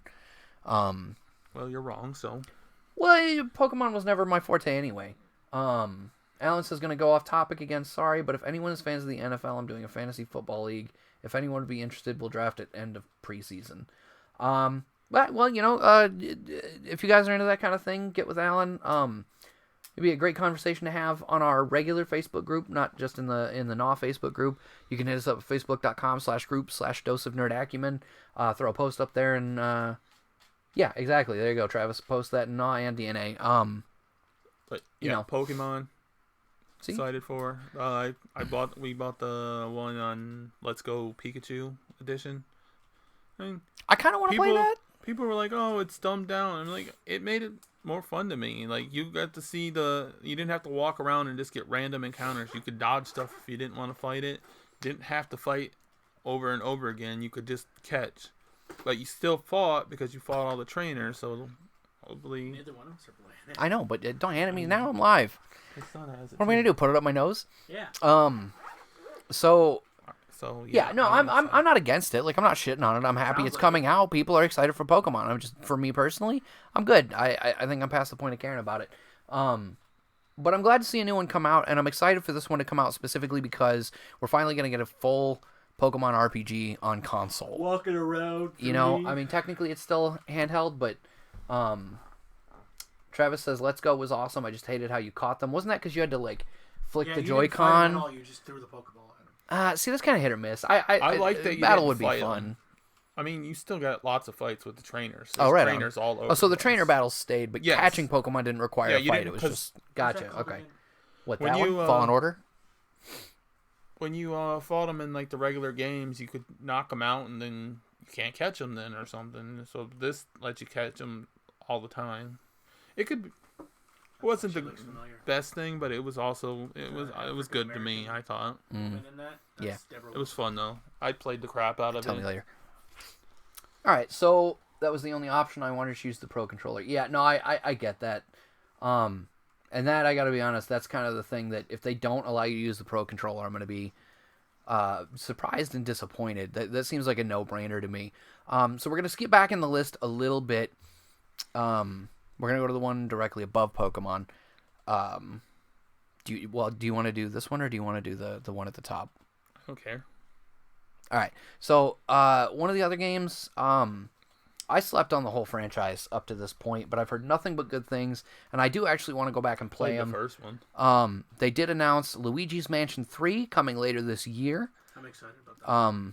And this is on the Switch. Yep. There is a multiplayer mode called Scare Scraper, which is going to be 8 players, local or online. I don't know if that means a mixture of both or one or the other. But you're going to be rescuing Toads as a group of Luigis, which in and of itself sounds really kind of cool. Yeah. But speaking of multiplayer, one of the really cool innovations that I'm really, really loving seeing the Switch just go hard with is the fact that this one is going to have 2-player co-op, where if you were watching the trailer a little bit earlier in the show, when it popped up in the background, you're going to be able to create what's called a Gooigi, which is a gelatinous clone of Luigi, where you get to pal around and Luigi it up.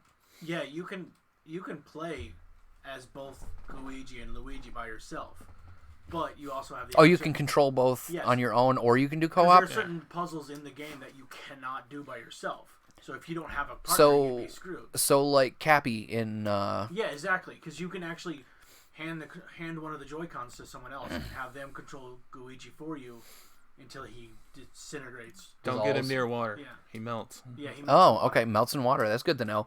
But so yeah, Guigi co-op. I'm stoked for that.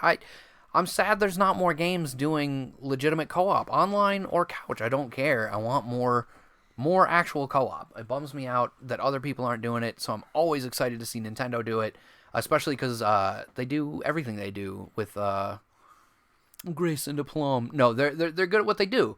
So I'm stoked for it. Yeah. So I'm gonna let Trevor go ahead and share with you guys the one thing that was at the top of the list that we skipped up to this point. You've already seen it in the background, but go ahead, Trevor. Tell them what we're waiting on. Nintendo confirmed that they are working on a direct sequel to Breath of the Wild. Drop the Amazing mic game. with it too. That was the last thing. He was like, "Oh, I got one more Yeah, thing." he And whispered. He didn't was like, even- "I have one more thing." and then it just shows Zelda It's a and cutscene, Link. yeah.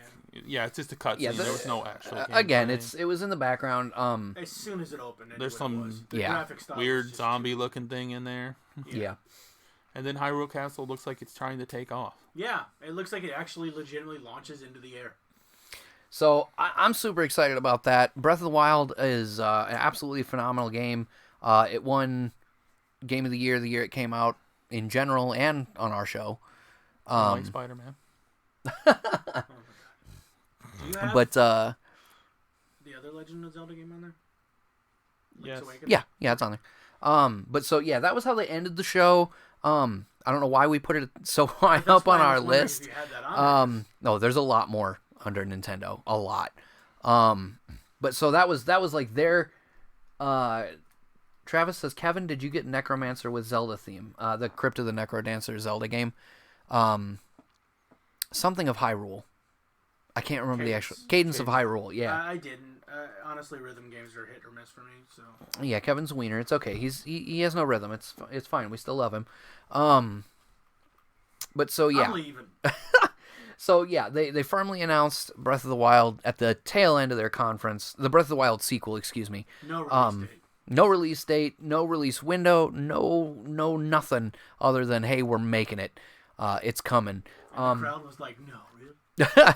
But the crowd went bananas. This is one of the few times we're getting a direct I sequel. was just gonna say it was cool. 'cause So like Zelda 2 is like the only like direct sequel, unless you count like the Wanda Gamelon series, which well, who counts those? I thought Majora's Mask is technically a yeah, direct I was sequel. gonna- It's a linear sequel to Ocarina. Oh, yeah, and I guess so is A Link Between Worlds. It's technically Link Between Worlds is technically a sequel, but it's happened a couple times. the point is, in the franchise, more of them are disconnected than are connected. So this was taking the biggest game to date and saying, "Hey, we're gonna do that again." It's a bold claim. Travis says, "I've been playing it and it's fun, but kind of tough to learn." I get that. They said that a lot about Crypt of the Necrodancer in general. Is that it was very tough to get down. And what I said earlier about Howdy having the stuff in place, I don't think the development will take very long because all they have to do is Yeah, like, just add news some story stuff and over scripts. the- Yeah. Yeah, because they have the world built. And Yeah. unless they wildly, Well, there's your Sims Island life in the background right now. unless they wildly veer out of Hyrule for some reason, because Well, and they could. I mean, the castle did look like it was taken off, so maybe they go to space. But my point is, it's likely they're going to stay in Hyrule, and all of that's already built. They just have to do stuff to it. Sure. So guys, we are kind of in the home stretch here. Nintendo is our last subject for the show. So let's get through some of these relatively quickly because some of this stuff doesn't really need much. Doom Eternal, we talked about that earlier. It is coming to the Switch. Dead by Daylight is getting a port to the Switch. Wolfenstein Youngblood will be released on both of these. Didn't they say they were making a Wolfenstein VR game also? Yes, they are making a Wolfenstein VR game, but I think that's PC Yeah, and not or for- PSVR. not for It's not Switch, for no. for Switch, no, for sure. Um, This says Stranger Things 3 July 4th. That is the release date for the season 3. Did I miss something? Are they doing a game to coincide with the I release? think I remember. I'll look it up. They are releasing a new Super Lucky's Tale coming out this fall. Super Lucky's Tale, if you're not familiar, It's a long is range back. what? Lucky's Tale? Lucky's Tale. Like, it's not, Yeah. Like, that Well, was- it's kind of the SNES precursor or to N64. it's sort of a precursor to Conquer, Yeah. which was on the N64 originally, but way more family friendly. So that's a good let's say wholesome puzzle platformer. I think that'll do really well. Speaking of platformer games, the Spyro trilogy is getting released on the Switch September 3rd. Not really a whole lot to say about that. It's Spyro. If you're familiar, check it out. It's gonna be in the same vein as Pokemon Go. Interesting. Stranger Things AR on the Switch. Looks like it. Huh. Right on. So think Pokemon Go, but Stranger Things. That's actually kind of a weird, cool tie-in. I don't want those Give you a things glimpse coming into at the Upside Down. I think that sounds cool. Speaking of weird shit coming at you, Alien Isolation is getting a Switch release. My friend Pedro. I know nothing about that. Nino Kuni, very, very well-received JRPG is coming to the Switch September 20th. That looks like it's going to be super good. If you're not familiar with the game, it is already out otherwise, I believe. Or they've been teasing it for a long, long time, but it looks really good. That was your confusion. It's simply called Stranger Things. Like that's the name. Well, of the sure, but No, I'm just saying that's why. Yeah, I there's no, get you. There's no number. I get you. Contra Collection's already out. Yeah, the Contra It came Collection out did that release. Yep. Travis That has was cool. it. They announced that a couple of things they did that with. Like they're like, oh, by the way, That's this out is- now. Go get it. So, yeah, if you're a fan of Contra Collection, go check it out. That's a game I grew up with. The Mana Um, series. They did that with the Contra Mana Rogue series. Corps. Is that a? That's going to be a new game. Yeah, it's a new game that Rob meh. Yeah. So, what's funny about that is but I absolutely cannot stress enough the place Contra has in gaming history because Konami code. I grew up not knowing the Konami code as the Konami code. I grew up knowing it as the Contra code. Yeah. That was 99 my lives. that was my first introduction to that game. Same here. So there's your Konami code.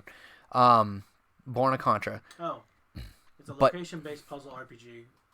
You get to walk around the Upside Down. Right on. Sorry, I was No, doing- that's fine. Coming June 28th, this is another really, really big one for the DNA fam. If you didn't already see it, go back and check out the Super Mario Maker 100 Mario Drinking Challenge we did. That is available on our YouTube, and it should be in our Twitch archive at this point. Travis, I'm not surprised you're loving Contra Collection. You got that retro bug like nobody else I know. And I'll probably play it with you, but I'm probably not going to buy it myself. In the background right now is another game we're going to talk about real soon, coming September 20th this year. Legend of Zelda Link's Awakening remake. I'm just pointing it out because it was up there. We're going to talk about it in a minute. Give me a second to get there. But Mario Maker. We did a 100 Mario challenge for the original Mario Maker. We're actually planning to revisit that June 28th when Mario Maker 2 releases. We're absolutely going to be doing another episode for that. Travis saying that in the chat right there. Thank you much. I'm super stoked for that. That was a 2 tremendous weeks from today. Yeah, that was a tremendous amount of fun. That's in 2 weeks. That's already on the docket, man. And there's that $180 controller that we all shit on earlier that looks super cool, if I'm being honest. But yeah, Mario Maker 2, super, super I never excited. got the first one. I played it here because Alex has it. Yeah. It was cool. It's a ridiculous check amount it of fun. A big part of it is that, for me, is not even building my own levels. It's playing Seeing all the some of weird the- shit that the other people do. Some of the impossible crap that they made. Yeah. I'm a huge fan of GDQ, both S and A. We do host them occasionally when we're not live ourselves. But Games Done Quick often does Mario Maker challenges where you play the custom levels on that. And it's always a blast watching those guys do some of the weird, insane shit that I know I'll never be able to do. But that being said, like I said, super stoked for Mario Maker 2. It's coming out in 2 weeks. We are doing an episode. Make sure you hang out with us for that one. It's going to be fun. They did announce more information about No More Heroes 3. Travis Touchdown returns. If you're not familiar with that, No More Heroes was one of the games that really kind of put Nintendo back in front of people as a mature platform, because No More Heroes did not fuck around. Ultraviolent, very stylized. It's a really, really cool franchise. You literally cut people in half. You can literally cut people in half with your laser sword. Super cool. And you had to charge it by going. Stop that. I'm not. I understand. But speaking of ultra-violent shit, Resident Evil 5 and 6 are both getting Switch releases. Sorry about that. Resident Evil 5 and 6 are both coming to the Switch. For some reason, I thought you were gonna say Legend of Zelda: Link's Awakening. It's ultra-violent. Yep, Legend of Zelda, ultra-violent. You just using a sword to murder shit all the time. That's very true. Jars and stabbing things. Yep, gotta love it. Panzer Dragoon actually is coming back. That's another franchise that's been dormant for a long, long time. Super excited to see that one come back. People have been clamoring for more Panzer for a long time. Astral Chain, not overly familiar with this one. Based really good. on the name alone, I'm going to go with it's probably a stylized JRPG style. Yeah, it's a JRPG, action RPG style. Right on. And this these other dimensional beings attack you, or attack the universe, the Earth. Yeah. And someone creates this thing that bonds with them, and you you join them, you take control of them. And you fight off the. Sounds very much like Persona. Interestingly, I don't know. So that's cool. I'm gonna have to check that one out. It looks good. But there's really 2 games left to cover. I actually have something for the Zelda game. Okay, there's a couple more games to cover. I already mentioned earlier Dragon Quest XI: Echoes of the Elusive Age Definitive Edition. Also, I think That got showed again at Nintendo's conference on top of being at Square's. As well. They did. We mentioned that during the Square bit. Astral was shown last year and it looks awesome. Yeah, so I'm going to have to dig up the trailer for that because it sounds awesome. Cadence of Hyrule, we actually already talked about very briefly. It's basically a Zelda-skinned Crypt of the Necro Dancer. If you're not familiar with that one, it's been out on several platforms for a while now. But it's a rhythm-based dungeon crawler. If the Zelda one follows visual theme, it's sort of a top-down 16-bit throwback with Zelda skin. 32-bit. 32-bit? Okay, so prettier. It looks really smooth. Crypt, I think, was 16. I could be remembering wrong. I just remember it being very pixelated. They did announce a new Mario and Sonic at the Olympic Games, which, you know... Alex will like. Yeah, you set the... Excuse me, you set the form. It's just, you know, Olympic Games with Mario and Sonic. Is this Halo? Is that Master Chief? That is Halo Infinite playing in the background right now, yes. I thought that was Master Chief. It's just So- a weird angle. Which of the last 2 do you want? I don't care. I like them both. Well, they both look good. Alright, well, so then I'm going to say...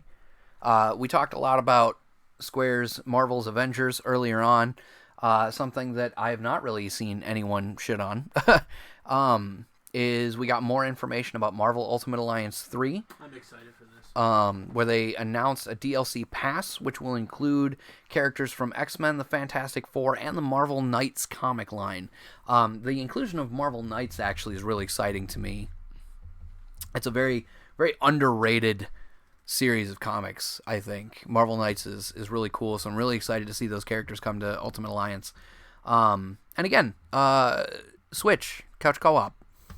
I don't believe this is Switch exclusive, which means we'll have couch co-op on other platforms. Is it? It's Switch. Permanently or timed exclusive? Because I swear I read it was coming out on other platforms. Permanent. Didn't they say, Yeah, no Metroid Prime trilogy at E3, which doesn't surprise me.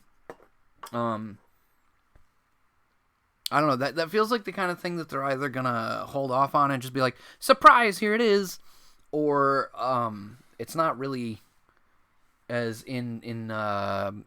far in progress as we think at this point. No Bayonetta 3 info either. That one does surprise me a little bit. It seems like you would really want to capitalize on that before you get too much farther away from 2. didn't they say, And with putting Bayonetta in Smash. for Marvel Ultimate Alliance, no loot boxes and No all loot, no characters added. microtransactions. Yeah, all characters are going to be free later on. That's why I didn't understand the DLC thing. Yeah, I don't see anything listed. Well, the DLC pass, I guess, would be for access up front, and then they'll be free at a later date kind of thing. So, that would make sense if that's the case. But yeah, no loot boxes, no microtransactions is what I heard, and I'm excited. Oh, yeah, I guess it is Switch exclusive. I don't know. I swear I saw somewhere that it was coming out other consoles down the line, but again, there was an announcement of a TurboGrafx Mini. That is bold. They're going to sell a whole console for people who want to play the one game that came out on the TurboGrafx. I shit on it. I don't know. That console just kind of crept past me. I know it was a thing. I know it was way overpowered for its place in history. And congratulations, that's the whole of my list. So, did they give an actual date or price point for that? Or they just announced that they're going to do it?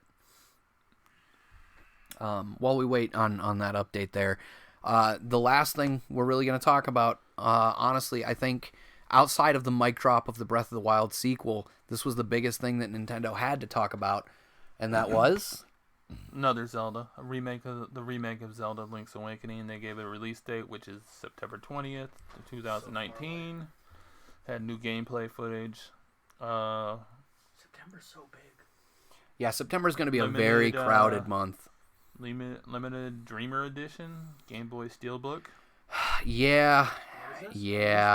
That's because it is not available in the U.S. Oh, screw that. Europe is getting a special limited edition of Link's Awakening where the game comes in a steelbook case that is modeled after the original Game Boy, and the screen has the title screen from Link's Awakening. Son of a bitch. It looks so cool. I'm gonna have to import it. And the Switch is region free. So I'm super hyped. I want that steelbook so bad. Someone please help make that happen. And then there was a dungeon. Yeah, see, that's what we'll do. We'll make that the donation goal for you, Trav. Yeah, they're adding a dungeon editor. Yeah, they're adding a dungeon editor, which is absolutely enormous. This is the first time we've ever actually had a Zelda game where you could do anything even sort of like this. I have an article open about it if you want to read from it. I mean, if you want to throw a couple things at me real quick, we're at 3 hours and 8 minutes. It's just sort of... Since the dungeon creator features access from the Chamber Dungeon, a new location in Telltale Heights that replaces the camera shot from the DX version of Link's Awakening. When you clear a dungeon during the course of your adventure, you'll earn rooms from it, known in-game as chambers, with which you'll have to create your own custom dungeons.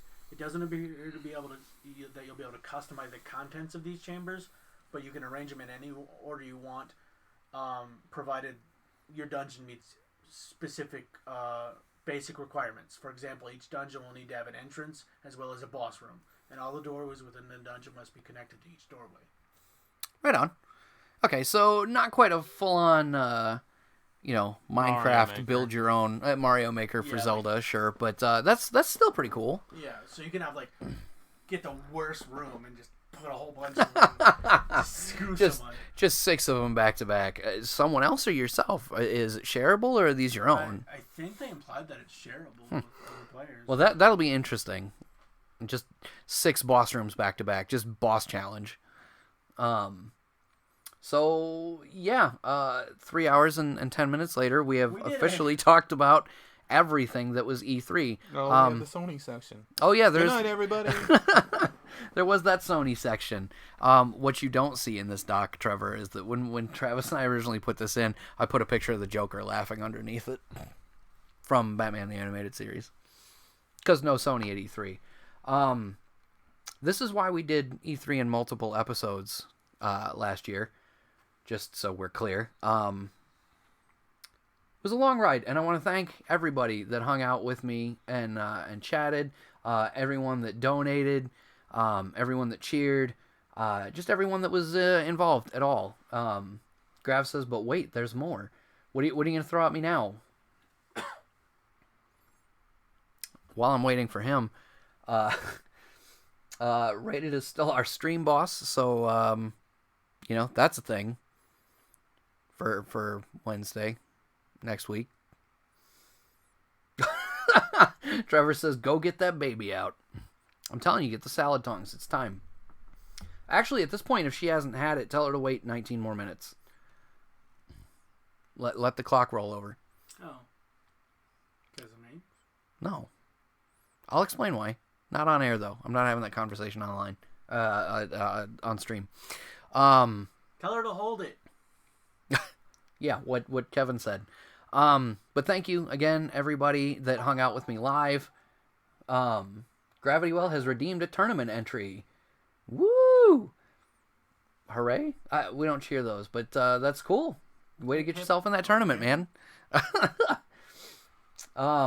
So, spicing things up for the rest of the week. Uh-oh. Trevor with that 96-bit donation knocking... see, I wasn't going to say it, Travis, but Trevor knocking Rated off of that stream boss there with 96 bits. Thank you for that. Hip, hip, hip. hooray! Hooray! And Rated doesn't seem to be here to defend himself anymore. Oh, no. Also, he said he spent all his bits earlier. Whoops.